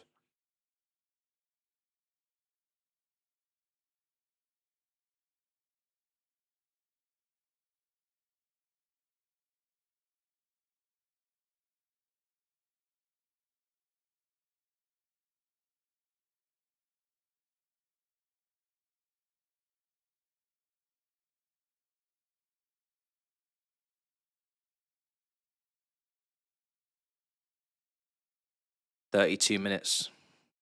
Badia Shill. Enzo.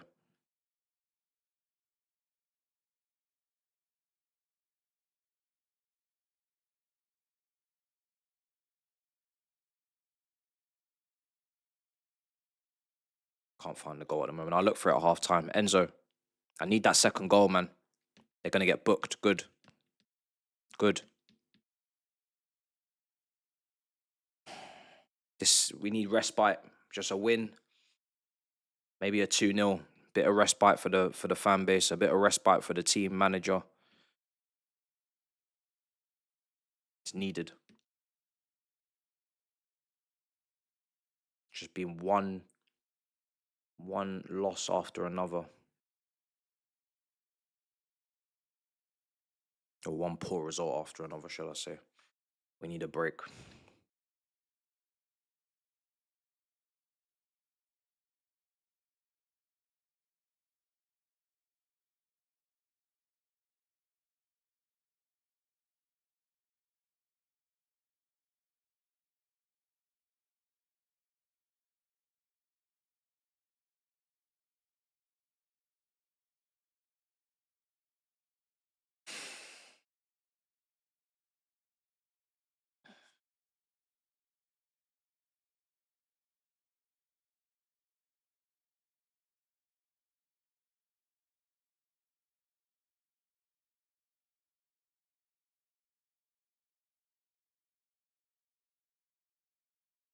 Here's Enzo. Go on. Neto. It's cutting in, crossing again. Cucurella. Good tackle. Garnacho. Enzo.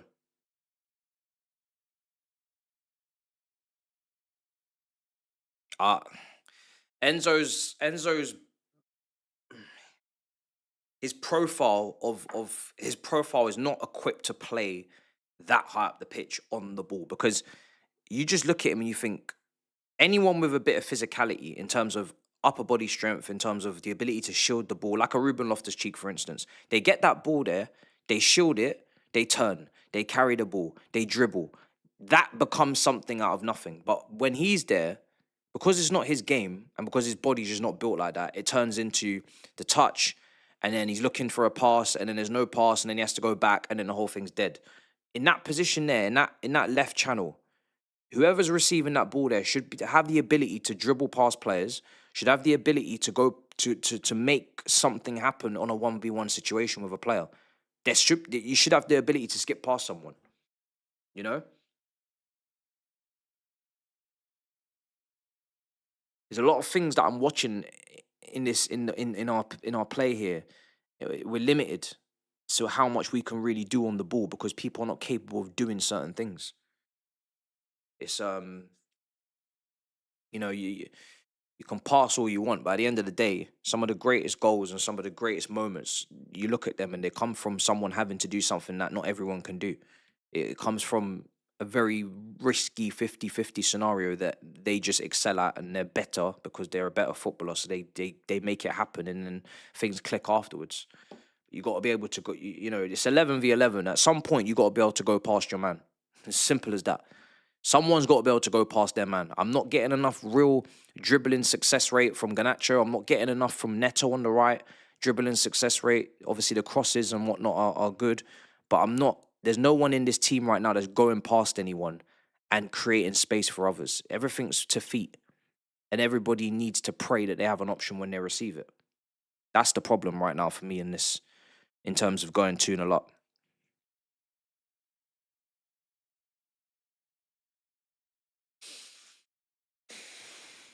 No, we don't. Not in this team. We don't have anyone of that profile. That's the problem, yeah. Even Mateo Kovacic used to receive the ball in the midfield, and he would go past a couple players. Anyone who could carry the ball dribble right now would be helpful. Just to take away a couple of these players out of this Benfica block, because right now it's just man for man, and it's difficult.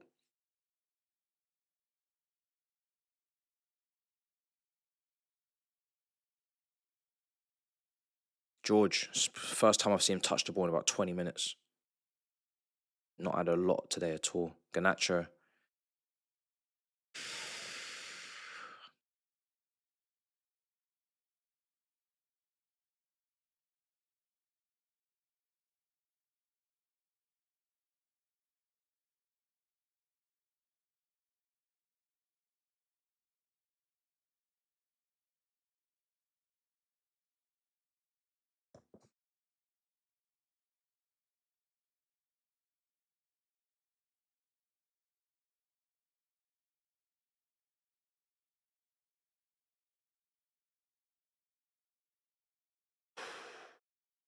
Lucky. Nah, you're talking about finding separation, bro.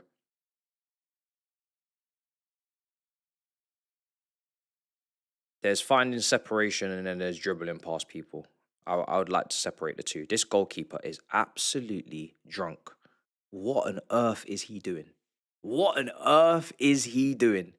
This man, that's the second time he's done that. He's got the ball, and this touch, oh my days, he tried to score an own goal. He is stressed. We need to start pressuring this goalkeeper because he's not okay in the head. If we press this guy, there's a goal.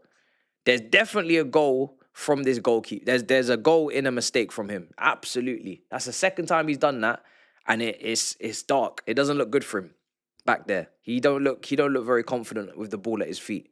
We need to start pressing him. We need to start pressing him because he's shook. He's definitely shook.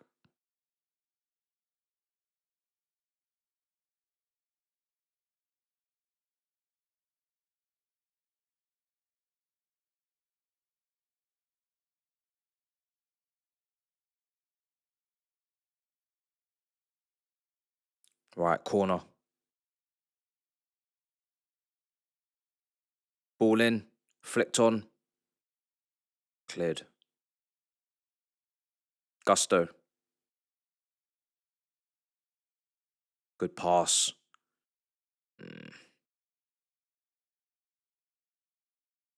Garnacho. Neto.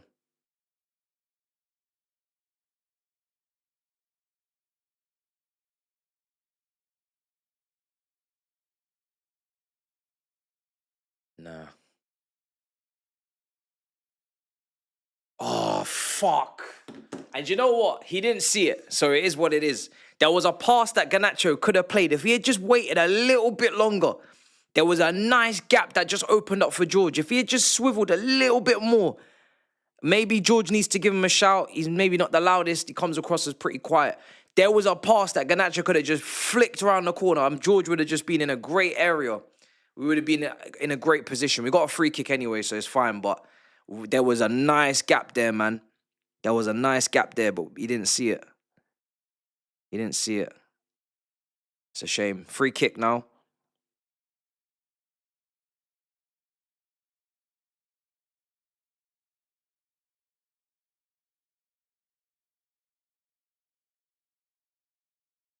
Free kick for Chelsea.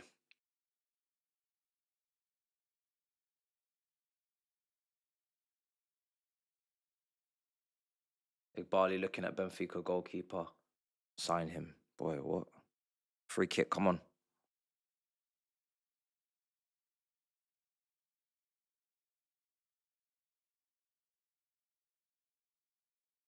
Neto. Oh, that's got to go in. That's got to go in, Badiashil. Oh, my days. You will not get many better chances than that. Is he offside? He might be slightly offside anyway. Oh, you got to score, man. You've got to score. Do you know how important a second goal is to us right now? He was so free. He was so free. He was almost too free. It's almost like if he had someone up against him, it would have been easier because he would have had, I don't know, it's like he didn't even have to concentrate. He was so available. It's too easy for him. That's how much space he had. It's a good tackle. Ah, it's a lovely hug for Neto. Lovely hug. Lovely hug. Lovely friends. Man, we need that second goal, man, just to calm everything down. Just to give ourselves a nice... That's gonna get screenshotted. Just to get a nice buffer for ourselves, we need that second goal. It feels like I say it every watch along, and then, you know, free kick, couple minutes to half time. Wholesome, very wholesome moment for Neto there.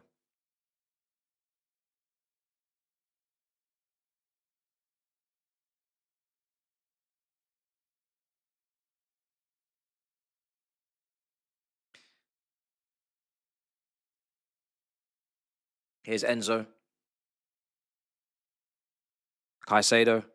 Switch. Cucurella. Oh, please! Oh, fuck!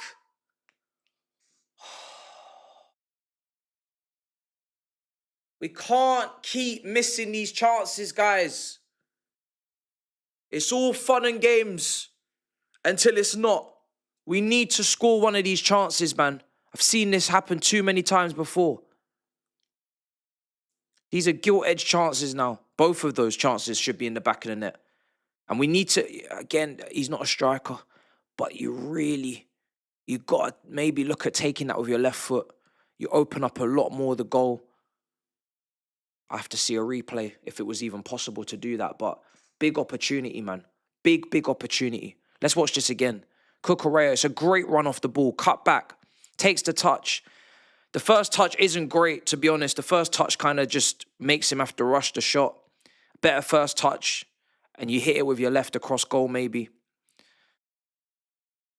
It is what it is. Jackson doesn't score that, trust me.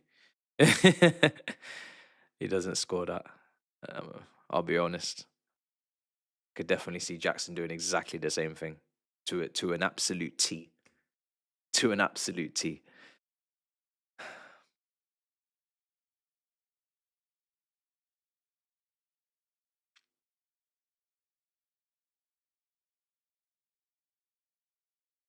I've already streamed on Twitch before, bro, but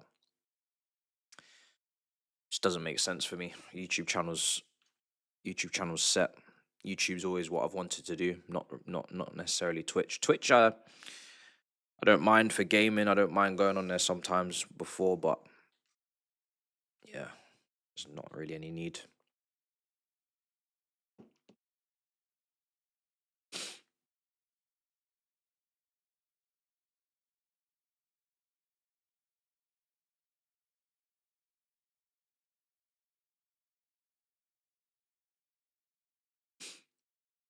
Someone that likes to make videos like I do, you can't do that on Twitch. So there's, they're already limited.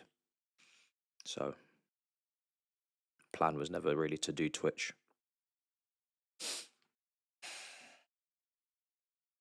Halftime. Jose Mourinho is not happy. He's gone straight down the tunnel. He is not happy at halftime.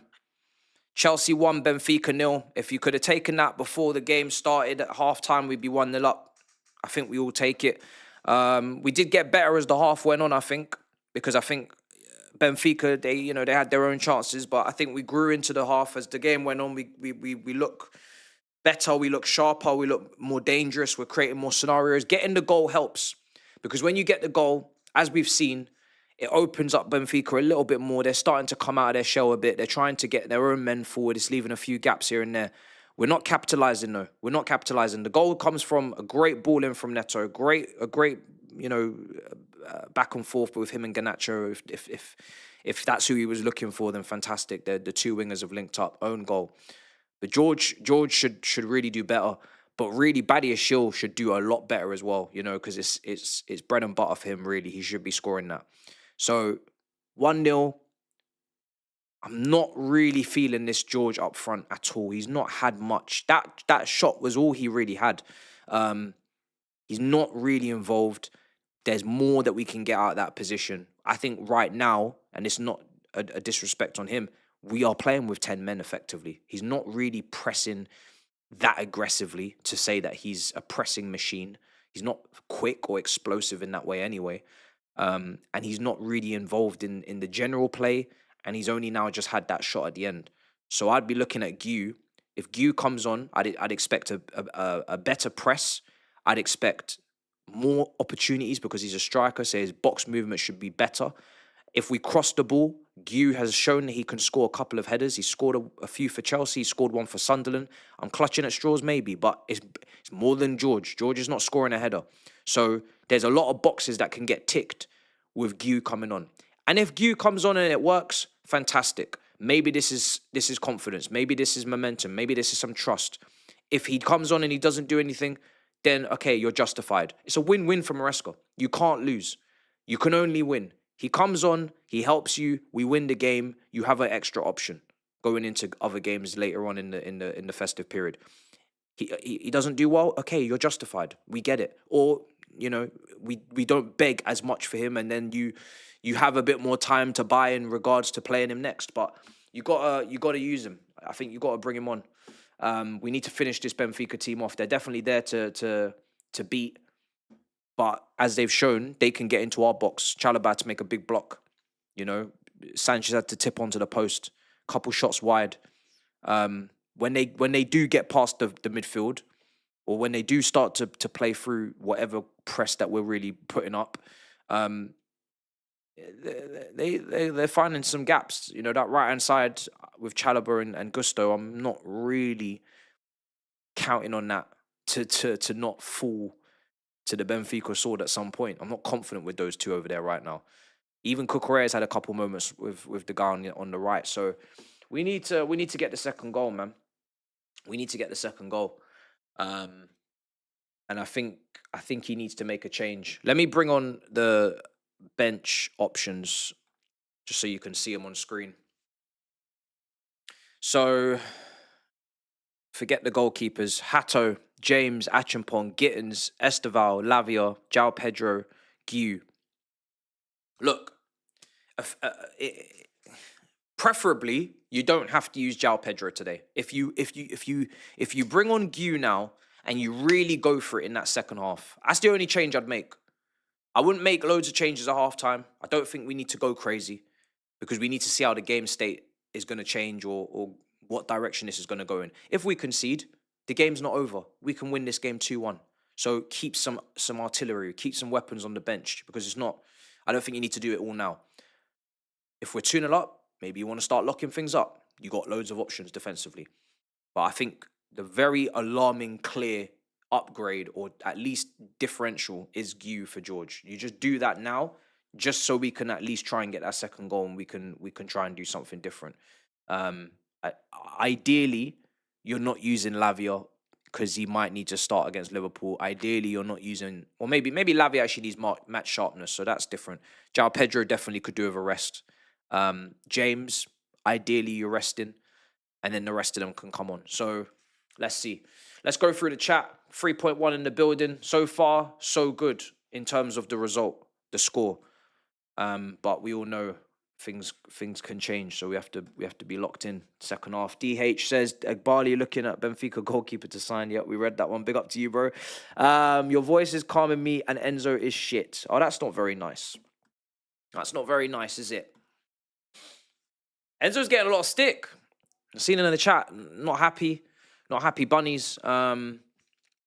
I was on TalkSport 2 earlier on a phone in. They wanted my opinion on him, his form and his price tag and whether he's going to hit the valuation. I think we can all be fair and say that we overpaid, from Benfica, deadline day, Rui Costa. We wasn't expecting to have to slump out 105 million for a player that had joined Benfica 6 months ago from River Plate. That wasn't the plan.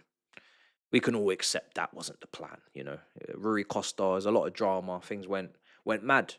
These are kind of 70, 80 at most midfielders million. But look, I'm not really too concerned about Enzo in that first half. I think he's obviously dropped deeper. He's dictating.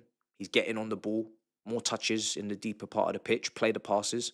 When he does go higher, absolutely. And I've said this is not really just about Enzo specifically. This is everyone.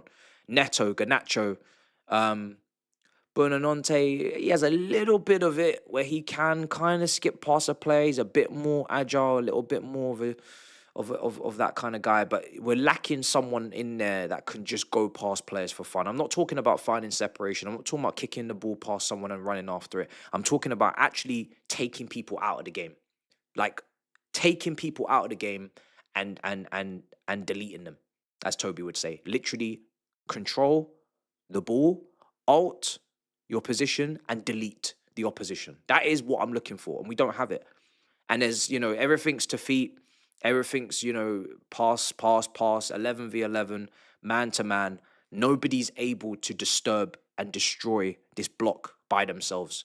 And that's what special players do. We don't have a special attacker out there right now. There's no attacker out there that is special. We're not here to say Buonanotte is a bum. No, he's not. But he's not special. Certainly not Chelsea special. I wouldn't be making this deal permanent based upon anything I've seen from him in his career so far at Leicester, at Brighton. We need special attackers. That's how you take these games to the cleaners. You have special players. Otherwise, everything gets too blurred, too grey, too close. The game's too close. There needs to be a couple of people that just make these teams look like, they just make it very clear. We are not your level. They really separate themselves from the pack, separate themselves from the rest on the pitch. And we don't have it. We don't have it. So the game's tight. The game's in a balance, in a swing. And we need to get the second goal. We need more special players.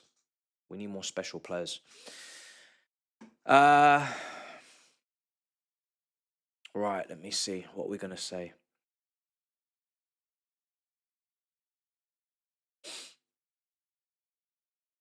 Um, do you really think Maresca will allow anyone besides Palmer to take on multiple guys? I think if you have the quality to do it, I believe the manager will let you do it. I've seen Garnacho dribble. He can't do what I'm asking him to do. I've seen Pedro Neto dribble. He can't do what I'm asking him to do.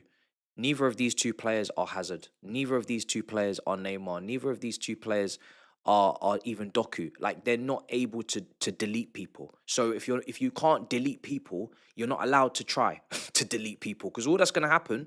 This is high risk stuff. What I'm talking about. I'm not talking about something that anybody can do. This is high risk, high reward. If you can't do it, all that's going to happen is you're going to turn over the ball and we're going to be back defending in our box on a transition. So it's not, I'm not asking for him to allow these men to do it, because I know they can't do it. Their dribbling statistics last season tell me all I need to know. The eye test tells me, the dribbling statistics tell me. I know these men cannot do what I'm asking them to do. So there's no point even talking about it, really. We need someone that can delete people off the pitch. João Pedro is a great ball carrier. He's capable of deleting people. Esteval, he's capable of deleting people. We need people that can delete people off this pitch. Because right now, everything's 1v1, v1, v1, v1, 11v11, and it's to feet, to feet, to feet. And that means everything's just got to be so calculated and so concise. And yes, people will talk about positional play in the system, and that's why. But it's also because there's a lack of individual brilliance. Because when we had positional play with Sarri, who's a very positional play, very system heavy, Hazard was free to a degree. Hazard put up his best statistical season. He was allowed to have that freedom because he earned it, because he was that guy. He was that good. These managers just don't trust anyone to have that kind of freedom, because they just don't think you're good enough. They don't rate you. They don't rate you to have the freedom. If I've got a five-a-side and I'm managing a team in the cage and everything's just meant to be free, if there's a scrub there, I'm going to tell him, just play a short 5-yarder. Just play a simple pass. You're not capable. So it's difficult for me to be like, oh, we're really rigid. We're this, we're that. Garnacho can't play in the 10. Neto can't play in the 10. So that doesn't allow Buonanotte to interchange with either of those players. And so there's reasons as to why everything is kind of rigid and structured. And if we had those guys and he was still being rigid, different conversation. But obviously, João Pedro needs to be rested. I think Esteval can come on. Absolutely. I think Esteval can come on. I think Gu can come on. But if I'm doing halftime changes now, I'm just bringing on Gu and I'm leaving it. I just want to see how these attackers work with Gu. I think Neto loves to cross, so he could definitely find Gu in the air. Could easily see Neto getting an assist, Gu getting a header. Garnacho likes his cutbacks. I could easily see Gu taking up better positions than George for cutbacks. So I think there's a lot to be gained with just that one sub. And then if it's not working after 10, 15 minutes, just go and make another sub. And try to maybe bring Estevar in or whatever. But we need to be going for that second goal. I don't want to see this manager in this second half making defensive changes at 1-0 up. Unless it's the 85th minute, I don't want to see it. You need to get this second goal. Do not trust this defense. Please, do not trust this defense, because you've been bitten plenty of times. So you need to learn not to put your hand in the mouth of the crocodile. Do not make defensive changes until we are 2-0 up. We need to go 2-0 up. Let's see. What's going on, Super Chats? You got a good voice. Appreciate it. Thank you very much. I've worked on it a lot. I'm Portuguese and a Benfica supporter, so sick of losing to Chelsea. Please, God, just the best wishes, my friend. Do you know what? You're right. We got quite an incredible record against Benfica from what I can remember. Obviously, in our Champions League 2012 win, we obviously played Benfica, I think, in the quarterfinals. I think Raul Morales may have scored at Stamford Bridge against you, if I remember correctly. Porto obviously was a team in 2021 in that run in your rivals, but we played you in the Club World Cup as well. Like I did mention, though, you had that Paraguay striker, Cardoza, and he did score against us. I think he may have scored in a win in Portugal. I can't remember. It was a long time ago. But I do remember him causing us a lot of problems. That was a long time ago.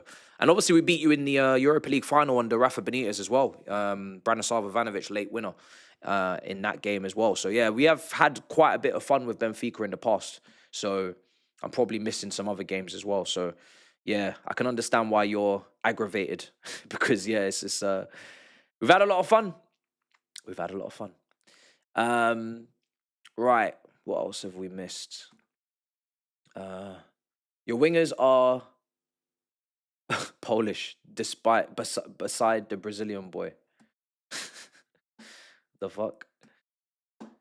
I wish we had Lewandowski, speaking of Polish. If we had Lewandowski up front, boy, we living life. You know what I'm saying? We'd be living life. Isco has like 5 Club World Cups and he never brags. Did you ask him?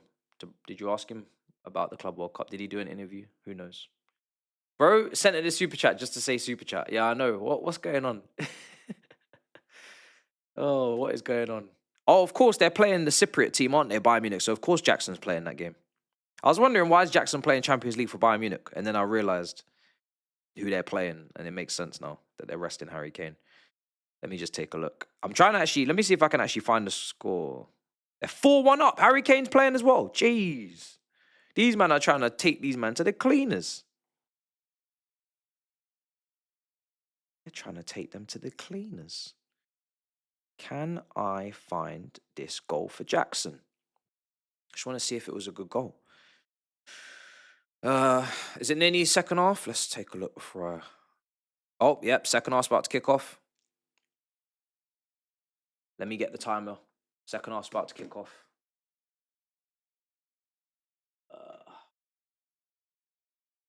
Can't find Jackson's goal anywhere. Shit.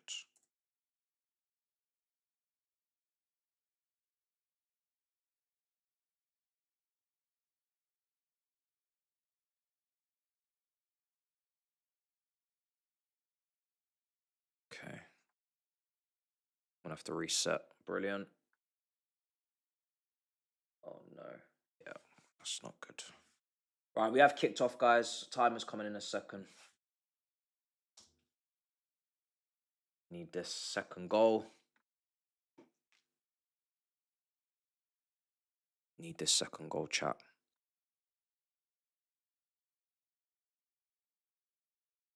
Benfica in possession. Chelsea. Come on.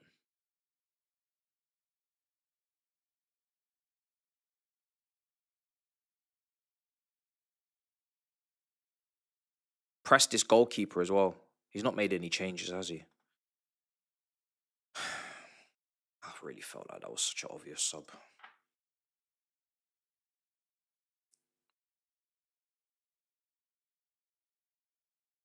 All right, timer's going to be on screen.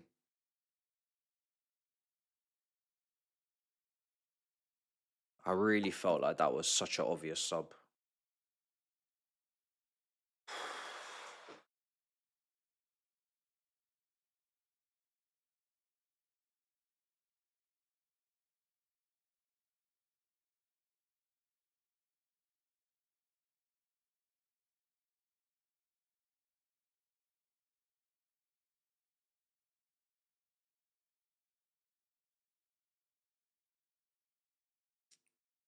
Chelsea in possession.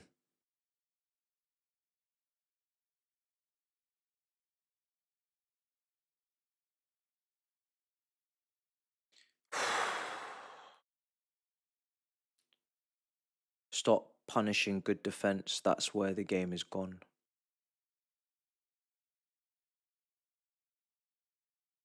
Big up for the super chat, bro. Do you mean our defense? Oh, shit. Oh, shit. Oh, whoa. Sanchez.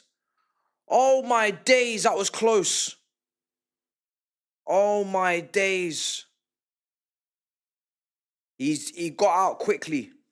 Let me just see this again.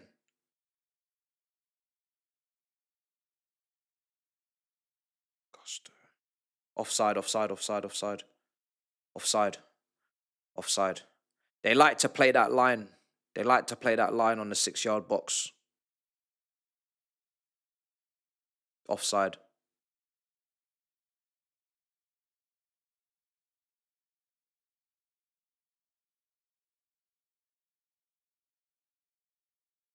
Cucurella.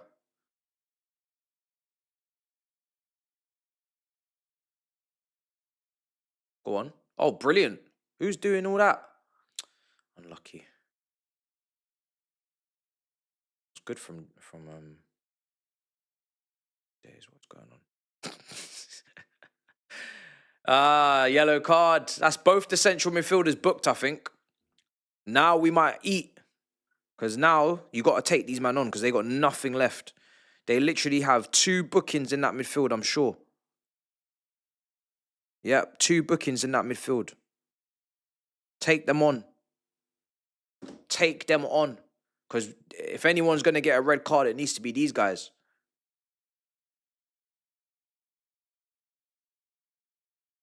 João Pedro would absolutely cook these midfielders.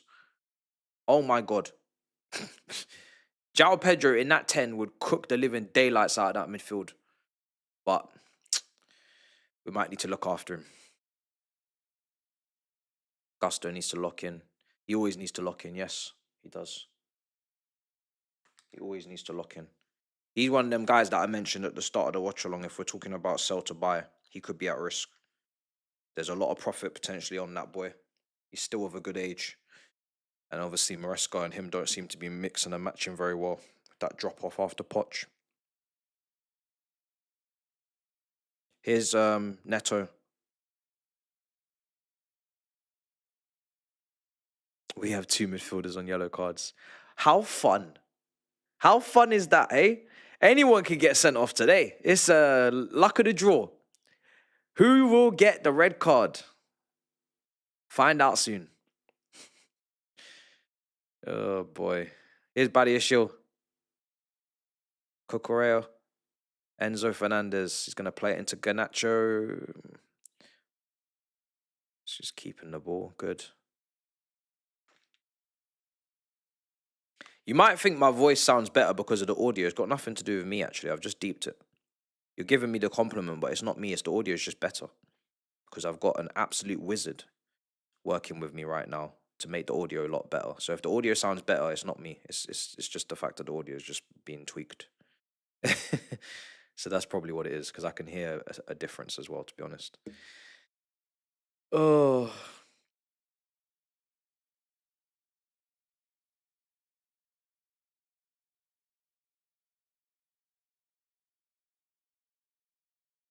Goalkeeper.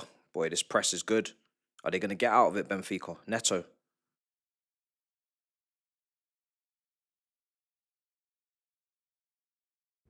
Oh, man.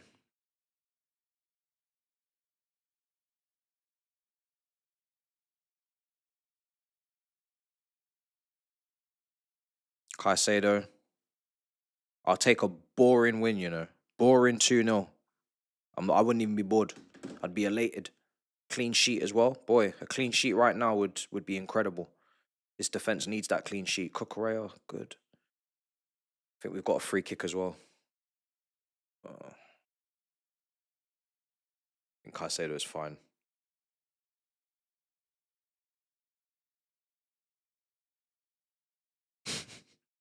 I always tell Gusto to put the weapon down, bro, because this guy is always taking these random punch shots from distance, and I'm just like, that's not your bag. Put the fries in the bag. You know what I'm saying? That's not you. Esteval's coming on. First change. Can we get a double change? Potentially, can we get no, one change. So on comes Steve. I think he'll come on for Neto. I think Neto seems like we've been trying to give Neto less full 90s recently.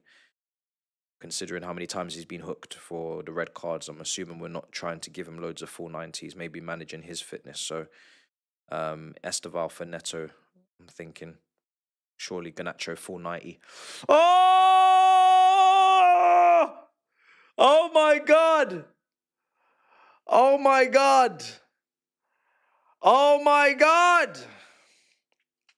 Everything always comes down that side. I don't know why. If it's a coincidence, let me know. Why does everything come down this side, Gusto? Why is everything coming down your side? Every time. It cannot be a coincidence. It cannot be a coincidence. Why is everything coming down that side? Everything is coming down that side. Big save from Sanchez. Big save. But Benfica have got into our penalty box way too many times. Oh, and Buonanotte is coming off. I wasn't expecting that. So he's coming off for Esteval. Esteval's going to play in the 10. Esteval's going to play in the 10. He's probably looking at maybe fresh legs to play up against those yellow-carded midfielders. Maybe. Extra energy to try and get one of them sent off. That might be the logic. I don't know. Interesting. On comes Steve. But, yeah, man, the amount of times they're getting into our penalty box is scary. Oh, my God. Look, they're in again. Oh, my days. Good defending again from Badiashile. Ball in. Oh, my days. We can concede, you know. We really can. We need to get the second goal because we're capable. We're definitely capable. I forgot all about Jose Mourinho until the camera panned to him. Corner. Oh, man, this is crazy. We need to look at this. Because this right-hand side is getting cooked.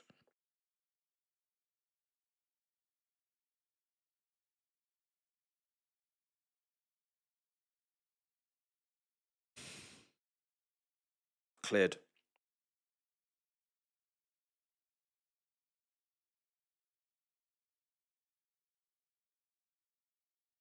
Oh, this is brilliant. This is the kind of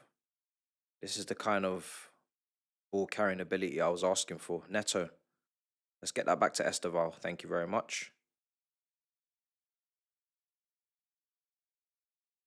Let's see if Esteval can delete some players. Here's Neto.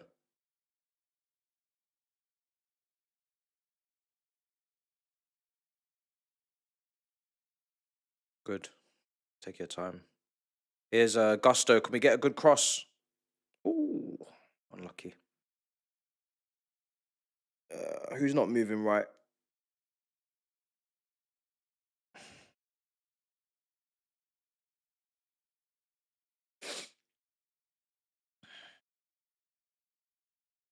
Gusto crosses when he wants to. Yeah, he can cross. Depends. But he can cross. He did very well in his crossing for Poch when he was flying forward. Esteval. Neto. Bring it back. Don't know about all that, mate. Okay, Ganacho, that was good. Need the second goal, guys. We need the second goal. What is my man talking about? Man said allow the Enzo hate. What are you talking about? What are you talking about, bro?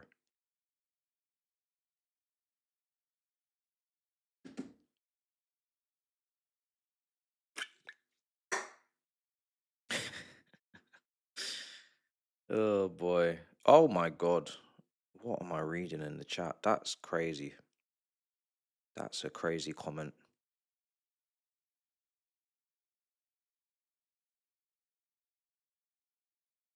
I've got it. I think I've got it on subscriber mode, so you can't even just say things like that and no one will cop it. People will see what you've said, you know.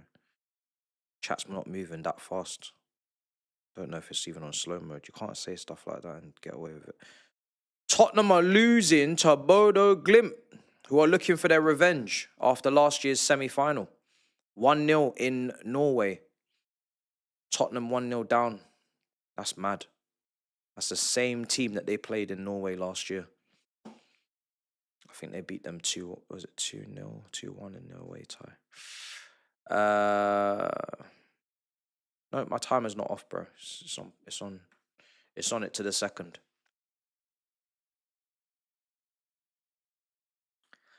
People are getting angry with Trevor. Ganacho. Oh my god. Oh my god, that was a Mudryk shot. It's the same blonde hair as well. Was that Mudryk? Was that Mikhailo? Was that Mikhailo Mudryk in disguise?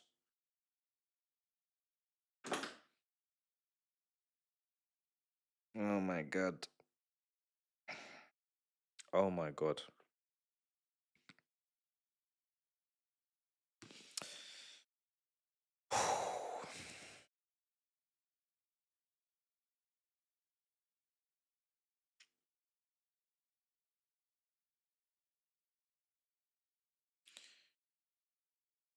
Okay, Esteval.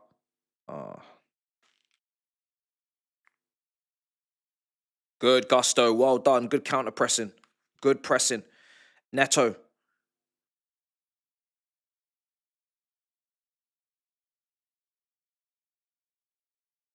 Allison's injured. Oh my God, that's terrible. People are saying they've, I guess they got that Georgian goalkeeper. They'll probably bring him on. Neto. Come on, please make this 2-0. Please, please, please, please. Go on, get the shot off now. Oh, unlucky. That was a good run. Unlucky. We look like we're good value for the second, as long as we keep the ball in their half, because Sanchez.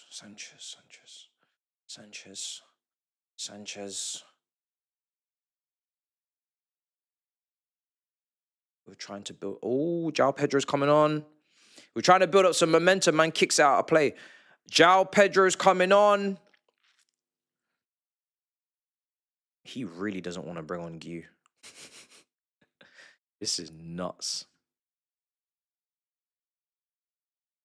Maybe he's probably chasing that second goal as well. To be fair, he's just bringing on the better player, because boy, we need that second goal. I hear it. We need that second goal. George is gonna come off for João Pedro. So João Pedro is going up front. Gu ain't getting on that pitch. Gittins is gonna come on for Garnacho. I think it's been a positive cameo for Garnacho. I think it's been a positive cameo. It's a foundation to build from. Let's put it like that. He's obviously got an assist. So let's build from that. Let's build from that.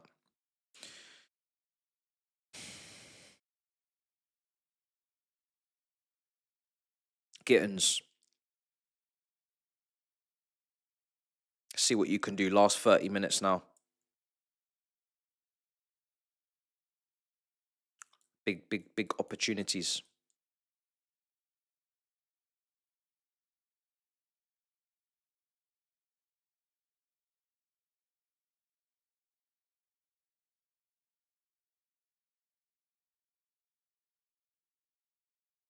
We should have some fun with Esteval and João Pedro in this team together now. As two interchanging, well, maybe not interchanging, but they're going to play very close to each other. I think João Pedro and Esteval will be very close on the pitch, so we should have some fun in the last 30 minutes, especially if Benfica are going to push forward. They're going to leave space.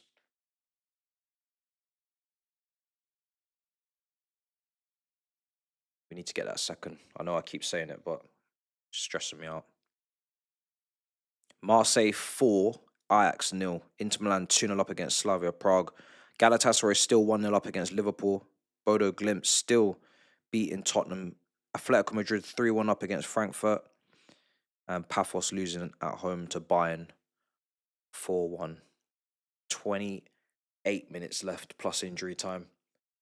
Free kick for Benfica.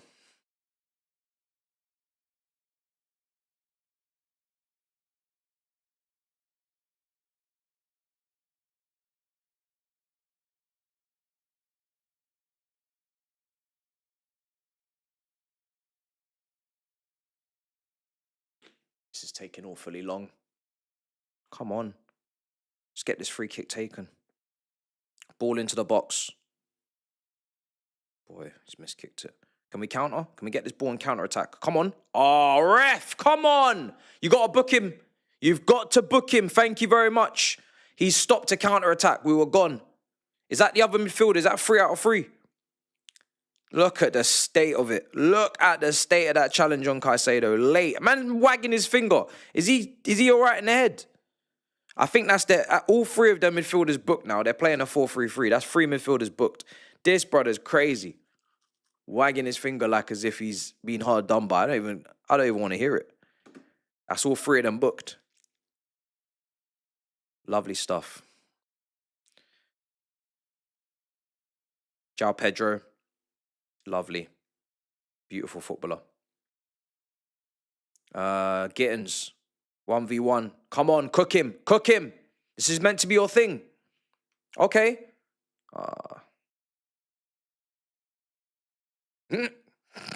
Go on, Neto. Go on, Neto. Yes, Neto. Good press again. This is good. This is good. The intensity's just getting better. Enzo.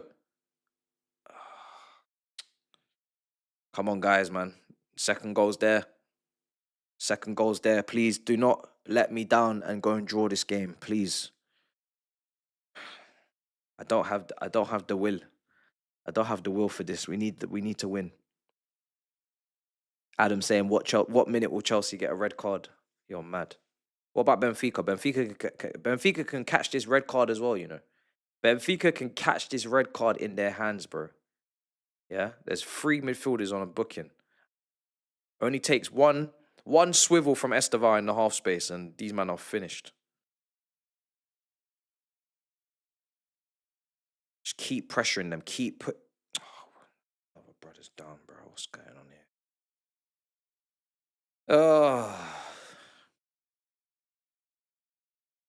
You in the gulag. The gulag.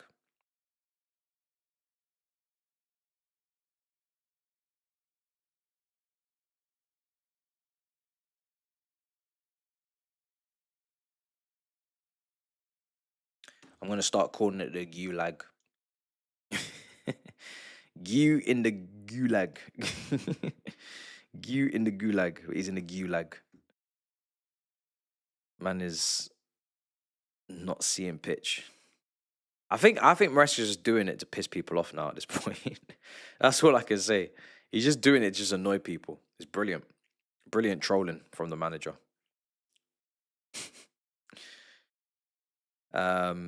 Yeah. I'm pretty happy with the centre backs. I think they've made some good blocks. Chalobah's had a couple of little scary moments. Badiashile won, I think, but apart from on the whole, big blocks, big headers away, just better, much better. Even though the wide defending has not been great at all. We've had a lot of issues coming from out wide, especially on Gusto's side. Cucurella, you know, he's been solid for the most part. Yeah, dark, very scary. So Tottenham are 2-0 down. Wow, that's no good. That's a pretty favourable game in this competition as well to play against Bodo Glimt in the Champions League. Should really be beating the Bozo Gimps.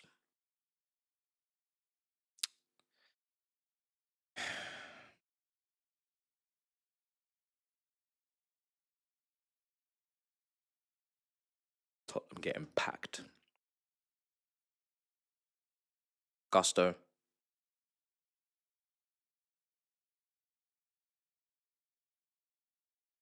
Sanchez clears. Nice header. Gittins.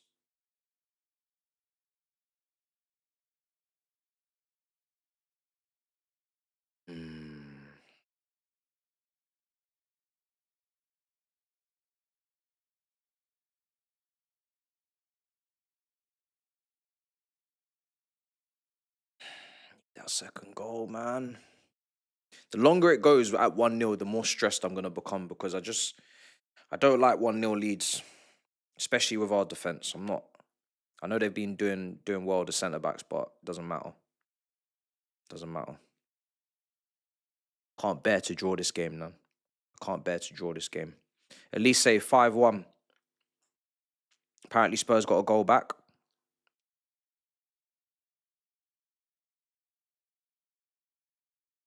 Quick reply, yeah. 2-1.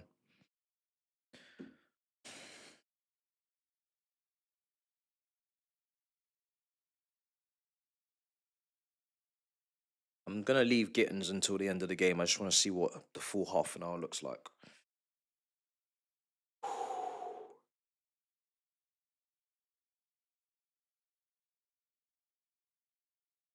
Benfica on the ball.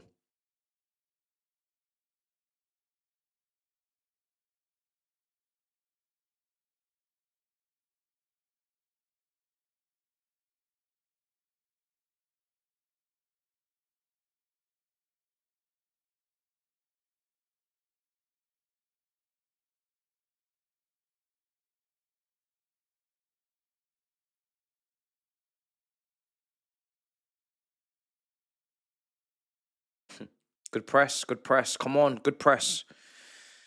Oh, man. Just keep pushing, man. We need to get this goal. It's 20 minutes left. We need to stay on there. We need to stay in their half. Keep pressuring them. Keep pushing. Keep having shots. Keep having chances. It's not time to be taking your foot off the gas and starting to slow things down. Neto, let's go. I need a delivery. That's a great ball. Oh, what a ball from Neto. That's his best cross of the match. That's his best delivery of the match by far. Someone's got to get their head on that. That was maybe one of those ones where someone like a Gu could have been in the mix on top of having João Pedro, who's collided into the goalkeeper. Enzo Fernandez just behind looking for any scraps he can get. Very, very good cross, man. Very good cross. Put the goalkeeper in a precarious position. He didn't even know what to do with it. Got a corner now. Please give me this second goal.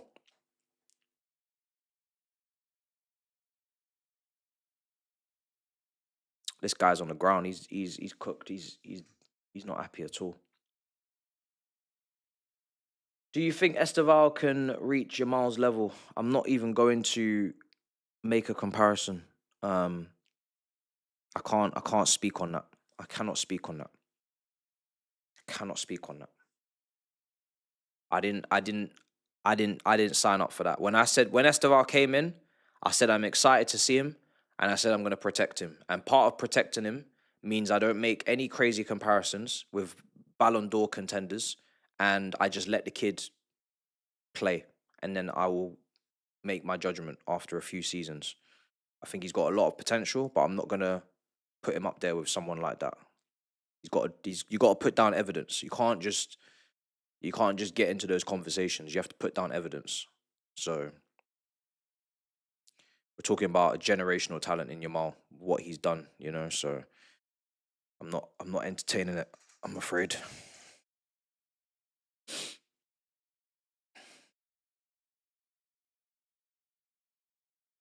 What? Ekatike is injured. Oh my days. Allison and Ekatike. Wow. How's Garnacho doing, ma? Adam, big up, bro.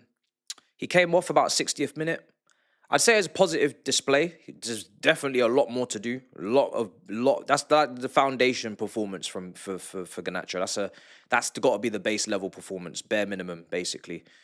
Very decent, solid, but more to do. More to do. Good assist for the own goal, so that's good. He's leaving with something. A good enough performance to say, yeah, maybe you can start against Liverpool. We'll see we'll see what he goes with. He might go with Neto, he might go with Garnacho, he might go with Esteval. It's between those three. Gittins is not getting anywhere near that conversation right now. So there's a little bit of a gap forming in terms of selection on the wing. I think those three are competing, and Gittins is certified on the bench right now until I see something. But yeah, it will do. It will do.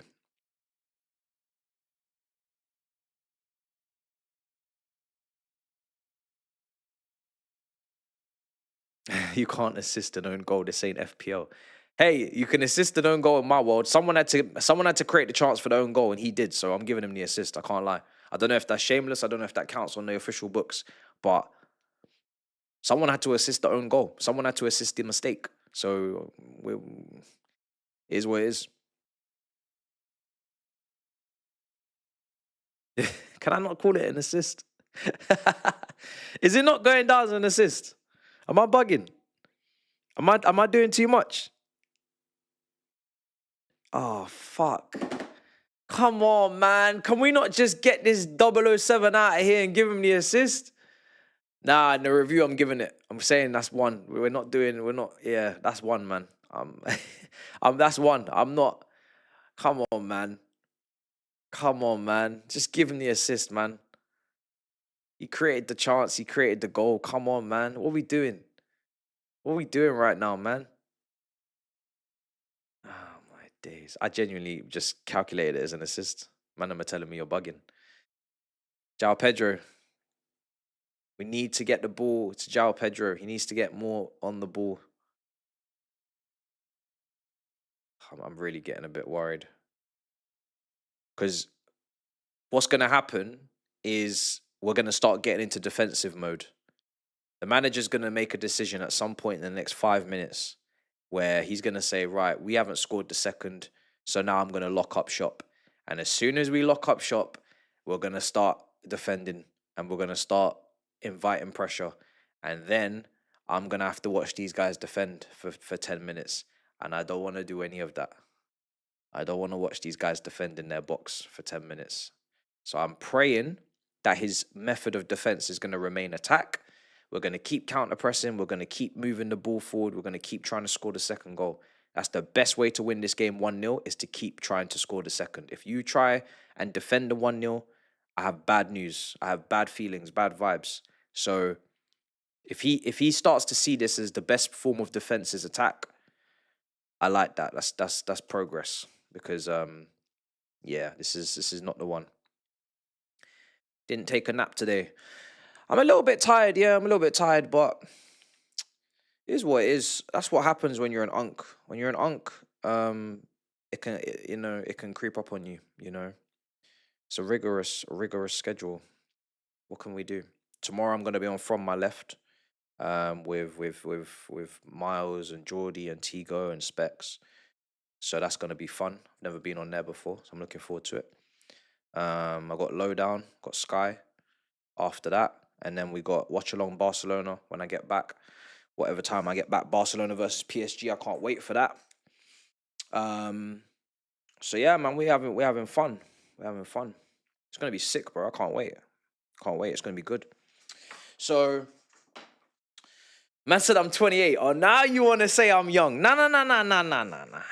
You've been calling me unk. You've been calling me unk for all these months, and you know. So just hold the energy, chat. When I'm yawning, I'm tired, and I need my sleeps. Don't be trying to encourage me to be young again. You called it. You called me unks. Let's stick with unks. Let's stick with unks. Don't try and run it back. Yeah, don't flip flop. Don't flip flop. I'm an unk. Let me be an unk. You know what I'm saying? Leave me to be an unk. No Gu. Yeah. Gu ain't coming on. Like, if you think Gu's coming on now, you're crazy. Gu is not coming on. It's done. He's not coming on today. Forget about it. Forget about it. It's over. It's over. Benfica have made 3 substitutions, 3 changes. Obviously, Mourinho is probably going for it now. Why not? May as well go for the 1-1 to risk losing 2-0. 15 minutes left.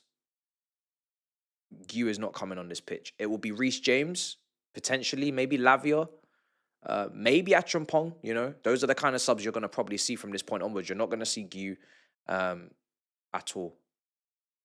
He'll play João Pedro up front until the end, of course, because as we've seen when he goes down to 10 men, he likes to have João Pedro up front to hold the ball up or to link and to do all that. He doesn't look at Gu, so he definitely won't be doing it now. Here's Gusto on the ball. That's good play. Good play.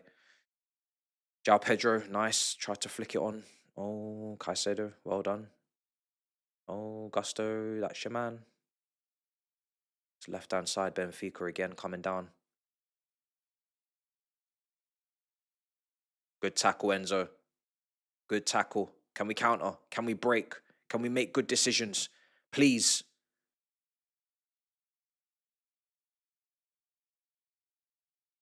Okay, give me a shot.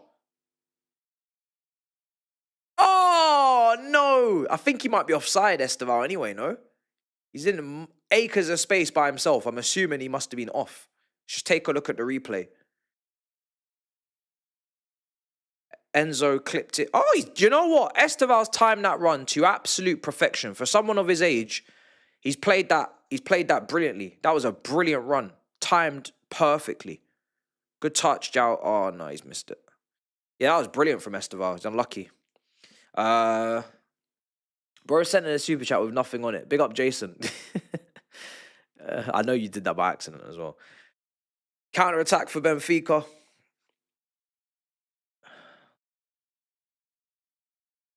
Bodo beating Spurs. Why couldn't they do it last season? Adam. Yeah, but then Man United might have beaten Bodo. But yeah, probably would have just rathered that, innit? Matthias says, stop punishing. Oh, yeah, we read that one out already. Big up. MJP.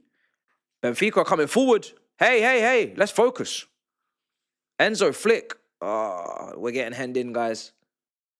We're starting to get hemmed in. Marco, need that mob. And From My Left collab ASAP. We have had a few of the From My Left members on. We've had Miles on the main show. In the last few months, we've had Geordie on a couple of mobs. So yeah, all in good time. You know. We've had Liban on SDS. We've had another guest on, which you're gonna see in content coming soon. So yeah, it's good, man. You know me, I like to collaborate, man. I like to what's it called? Cross-pollinate. Is that what it's called? Crossovers, not cross-pollinate. Crossovers. I like, because I know that's what you like, and I like it as well, because it's just interesting matchups. It's different. You're watching two different channels. When I used to be, you know, when I wasn't on YouTube, I used to consume a lot of YouTube content. I'm hoping these people that I watched, I hope they collab. It's like when you even grew up watching Disney Channel and you'd see, you know, Sweet Life on Deck collab with That's So Raven or whatever. You just want to see your shows that you're watching collabing. So that's what we're making. We got to make that happen. Absolutely. So if there's collabs to be done, we'll try and get them done. How's Garnacho doing? Yeah, I already read that one out. Substitution. So 10 minutes left. 10 minutes left, chat. Reece James on for Gusto. Pretty predictable. If you want someone to do a lot better, hopefully, defensively on that side, then that's what you do. You make that change. I think that's a smart change, because that right-hand side was getting a lot of work, a lot of action. And we need to win this game now. It's getting to that point, last 10. At least he's not gone with an extra defender. He's just gone defender for defender. So he's improved the defense with bringing James on, but he hasn't gone defensive per se. Benfica on the ball, coming forward. I need someone to take this guy out. Good tackle, Caicedo. Gittins has had little to no impact on that left-hand side since he's come on. I'm ready to say that now. I was giving him a bit of time, but he's not involved. Is it partly game state? Is it partly the fact that, I don't know, maybe it's a bit too lenient if I'm saying that, because we have still had a bit of the ball and we've still had a few attacks. But yeah, he's just not involved. He's not involved. There isn't an understanding. There isn't enough good off-the-ball movement to make runs, which is what we saw from Garnacho for the goal, was the good off-the-ball movement, the run from deep to burst into the box for the cutback for the goal. And that goal right now is the reason why that's the only thing separating the two teams. Shot from distance blocked. So there's no doubt that Gittins is firmly behind Garnacho in the pecking order at the moment. Even before today, just based on what we've seen. And a lot of people already said that, you know. Great tackle, James. Great tackle, James.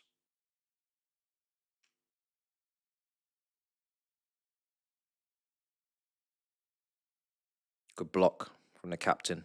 Are you asking for handball, you shameless man? Otamendi booked.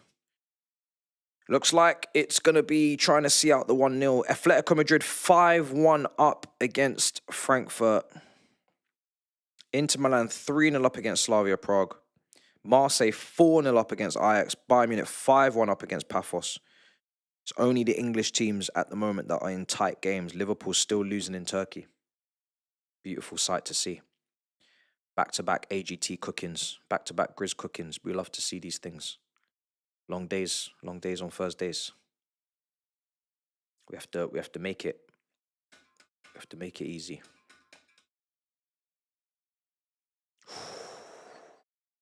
Shot wide. Benfica. Benfica, Benfica, Benfica.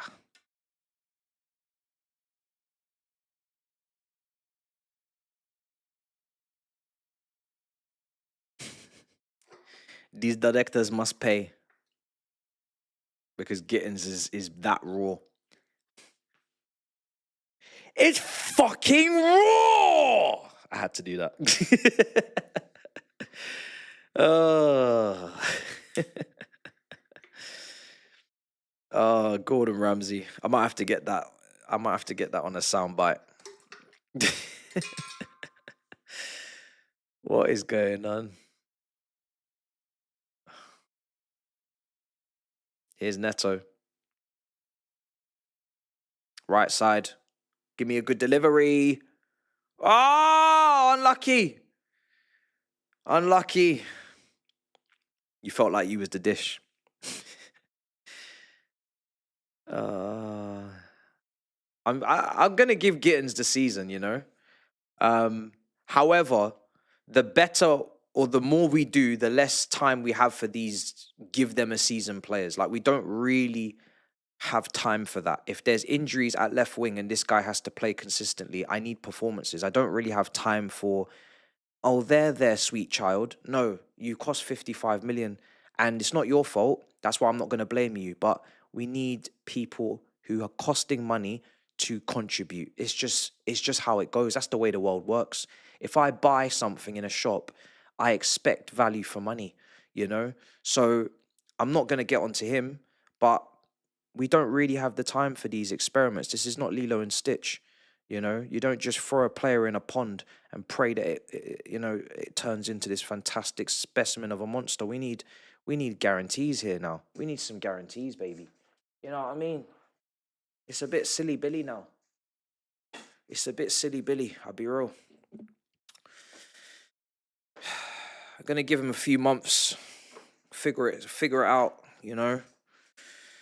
But we need to make sure that we got players fit over there whilst he's figuring it out, because I don't think we'd want to rely on him right now, week in, week out on that left-hand side. It wouldn't be good. Thankfully, Garnacho is very durable. He has a very good injury record, I think. So hopefully we you know, and even he has to do more, but at least he's fit. At least he's fit.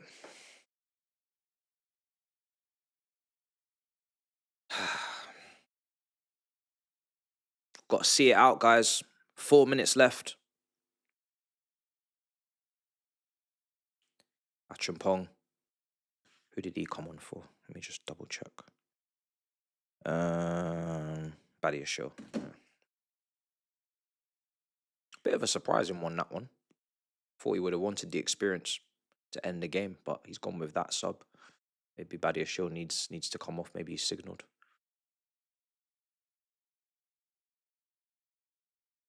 Four minutes left. Corner. Are we going to have broken hearts? Great. Great. Collected by Sanchez. Otamendi, you bastard. He's fighting for his life out there. Oh my God, what's this guy doing? Well done, Caicedo again. Good. Can we get a... Nope, that's not good. This is where we need to see an improvement in the mentality of the team.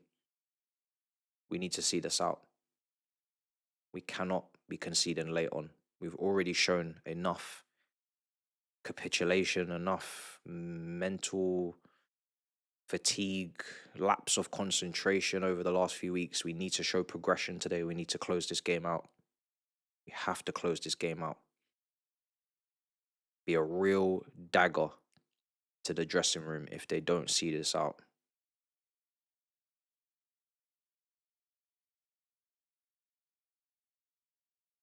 Yeah, Sanchez has done his job today.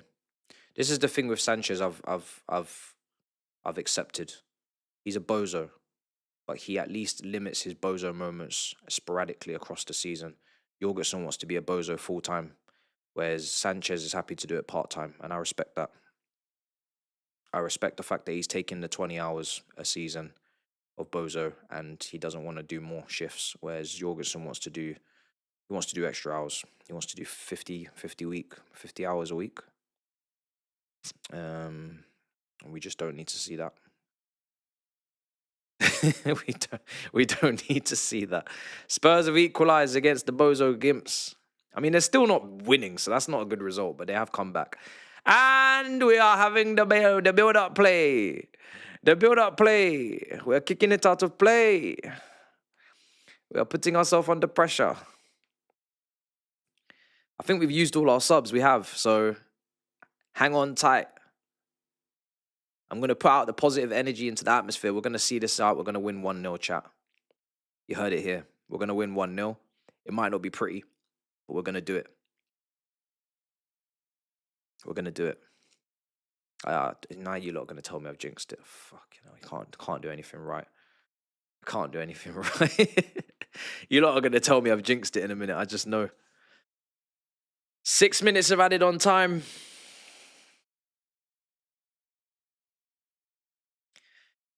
Oh, boy.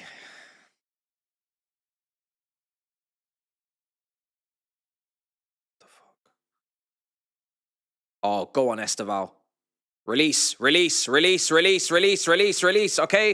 release. Oh, when you release, you give it away. You do everything right. You go past people, you delete them, but then you give it away. You give it away, man.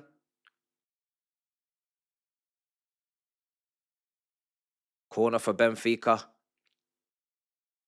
Corner.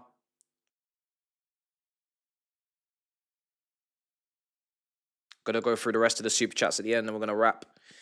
I'm gonna go do the review. Lots to say. Some very good. Couple things not so good. Mostly happy for win if we get it. Trust me. Ball comes in. Couple things need to be addressed a little bit here, but yeah. On the whole, I'll take a win. I said it earlier today.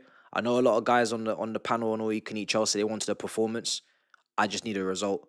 I need, when the patient is bleeding, you have to stop the bleeding. It doesn't even have to look good. The stitching doesn't have to look great.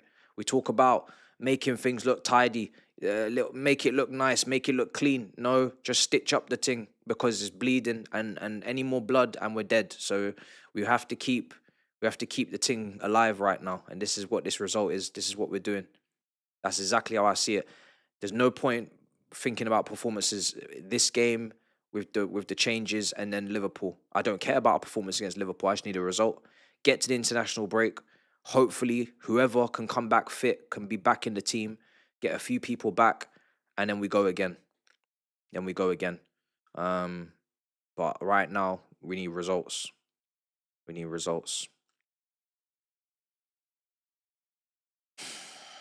4 minutes left. Benfica in possession.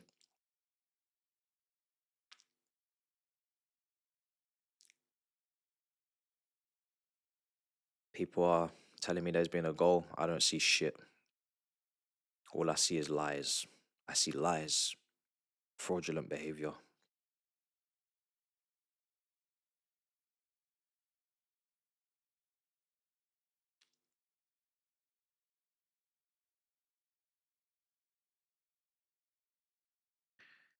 Or they're talking about a different game.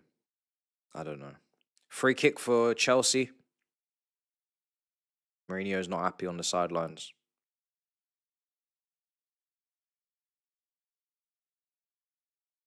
Yellow card. Booking. Oh, Liverpool have got a penalty. Apparently. Oh, it is what it is. It doesn't affect us, I'll be honest. I don't really care what they do today.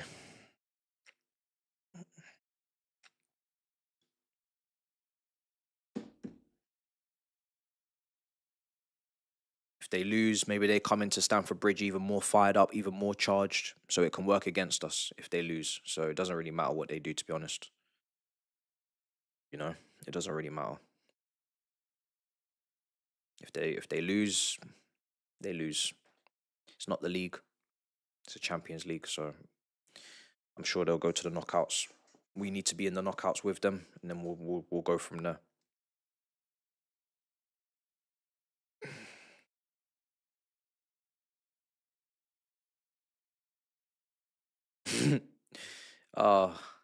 Neto, I need you to keep the ball. I need everyone to try and keep the ball now. Too much turning over the ball for no reason.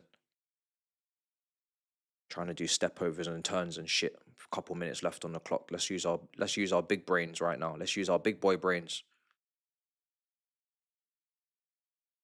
When we get the ball next, I'm asking you to recycle the ball. Could you do that for me? Could you recycle the ball? Oh, where are we going? Gittins. Gittins, please. Whatever you do. Good. Good. Oh, brother.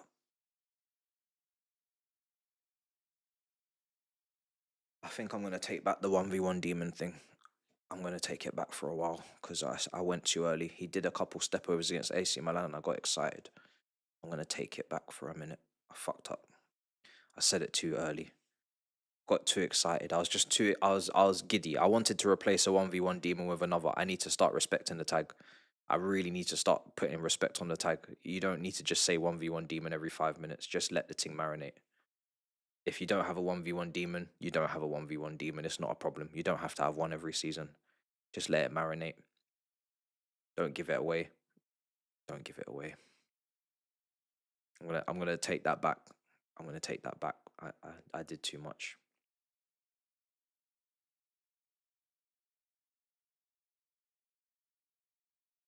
I just gave him the Doku 1v1 demon tag off the bat. Did too much. Yeah, I did too much. I compared Madueke to Doku, not. I don't think I compared Gittins. I hope I didn't. I think I compared Madueke though. Red card. Hey! Wait, who's sent off? Is it our player or theirs? Is it our player or theirs? Because I was about to start singing. Is it one of us or one of them? Who sent off? Me or you? Oh, it's us. Oh my God.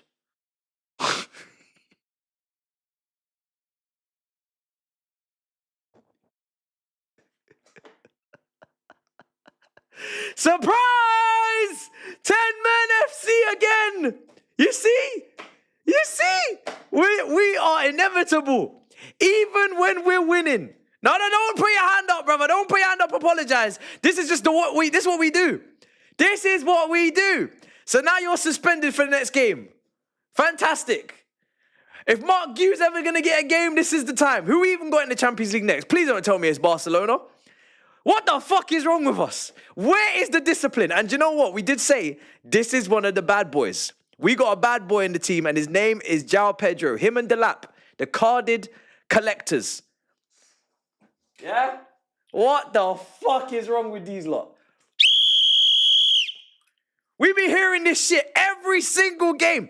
Now, we have more red cards since Jackson left. I can confirm. More red cards since Jackson left. 2 free. 2 free. 2 free. Yeah? This is what we do. 2 free. How many more? It's insane. This brother came off the bench and still got sent off. We are down to 10 men again. Maresca, please. Don't do anything. Don't make any subs. Oh, yes, the game's over. Woo! Yeah, baby! Maresca beats Benfica with 10 men. I'm going to make that the title of my review. Chelsea win with 10 men. We are going to make a narrative out of this. Chelsea with 10 men. What a performance. What a way to win. With 10 men for that long. The maturity, the game management, the way that we made the substitutions, the way that we managed the situation. We've improved, guys. Maresca said in his press conference with 10 men, he was not going to make the same mistake again. And in those 30 seconds, he didn't make a single substitution. You know why? Because he literally couldn't. Yes, this is what we're on. This is going to be the best review of the season. What a win. With 10 men. With 10 men. We won with 10 men. Do you know how hard it is to win? I have to talk about it. I got wax lyrical, man. What a performance. To win against Benfica with 10 men for that long, we need to give flowers. We have to give flowers. It's just not easy to do that. It really isn't. It isn't at all. Brilliant performance with the circumstances. We're going to be so shameless. This is probably going to be one of the most shameless reviews of the season. I'm looking forward to it. Hey ho, what can you do? Chelsea win 1-0 against Benfica. They find a way to get another man sent off. I'm actually impressed. I'm not even obviously I'm not impressed because we should be not doing that because we need players available. But it's funny at this point. It's just funny. You have to laugh. It's impressive. How do we keep doing this? It's impressive. We're special. What can I say? We're special people. We're a special group of people. We want to see you on SDS more, bro. Says Ams. You gotta tell Hasib to stop inviting me when we lose and invite me when we win. And that means we need to start winning games. So actually, it's probably our fault. We need to start winning games then maybe, yeah. Big up Matthias. Sounds like a Benfica home game. Stamford Bridge can be so bad. Well, apparently the atmosphere was good from the beginning, but then obviously I don't know what's happened since then. I shouldn't have left work early, says Jackson. These are obviously before the full-time whistle blew. Adam says, Chelsea and red cards goes together like beans on toast. BK says, 10 men FC, ole, ole, ole. My club, man. I can't wait for this review. I'm going to take the piss. I'm going to take the absolute piss. Oh my God. I was just joking, says Mr. Chelsea. You jinxed this. You jinxed this. Discipline issues. These players are not kids. Yeah. But at this point, what can you do? Bunch of jokers, eh? A bunch of fucking comedians. That's what it is. Comedians, mate. So, hey ho. 10 men Chelsea win against Benfica. Happy days. Job done. Yeah. Own goal. Great assist from Garnacho. It's going to be just nothing but shamelessness. We got an assist for Garnacho. We won with 10 men. Great subs after the 10 men, after the red card. I can go on and on and on. It's going to be biblical. So let's go and get it done. Right. I will see you guys for the review. I'll see you guys live for tomorrow's Barcelona versus PSG game. PSG. Watch along from 7:30. And yeah, we go from there. Lots to talk about. Lots. Gew in the gulag. Speak soon. In a bit, people. Peace.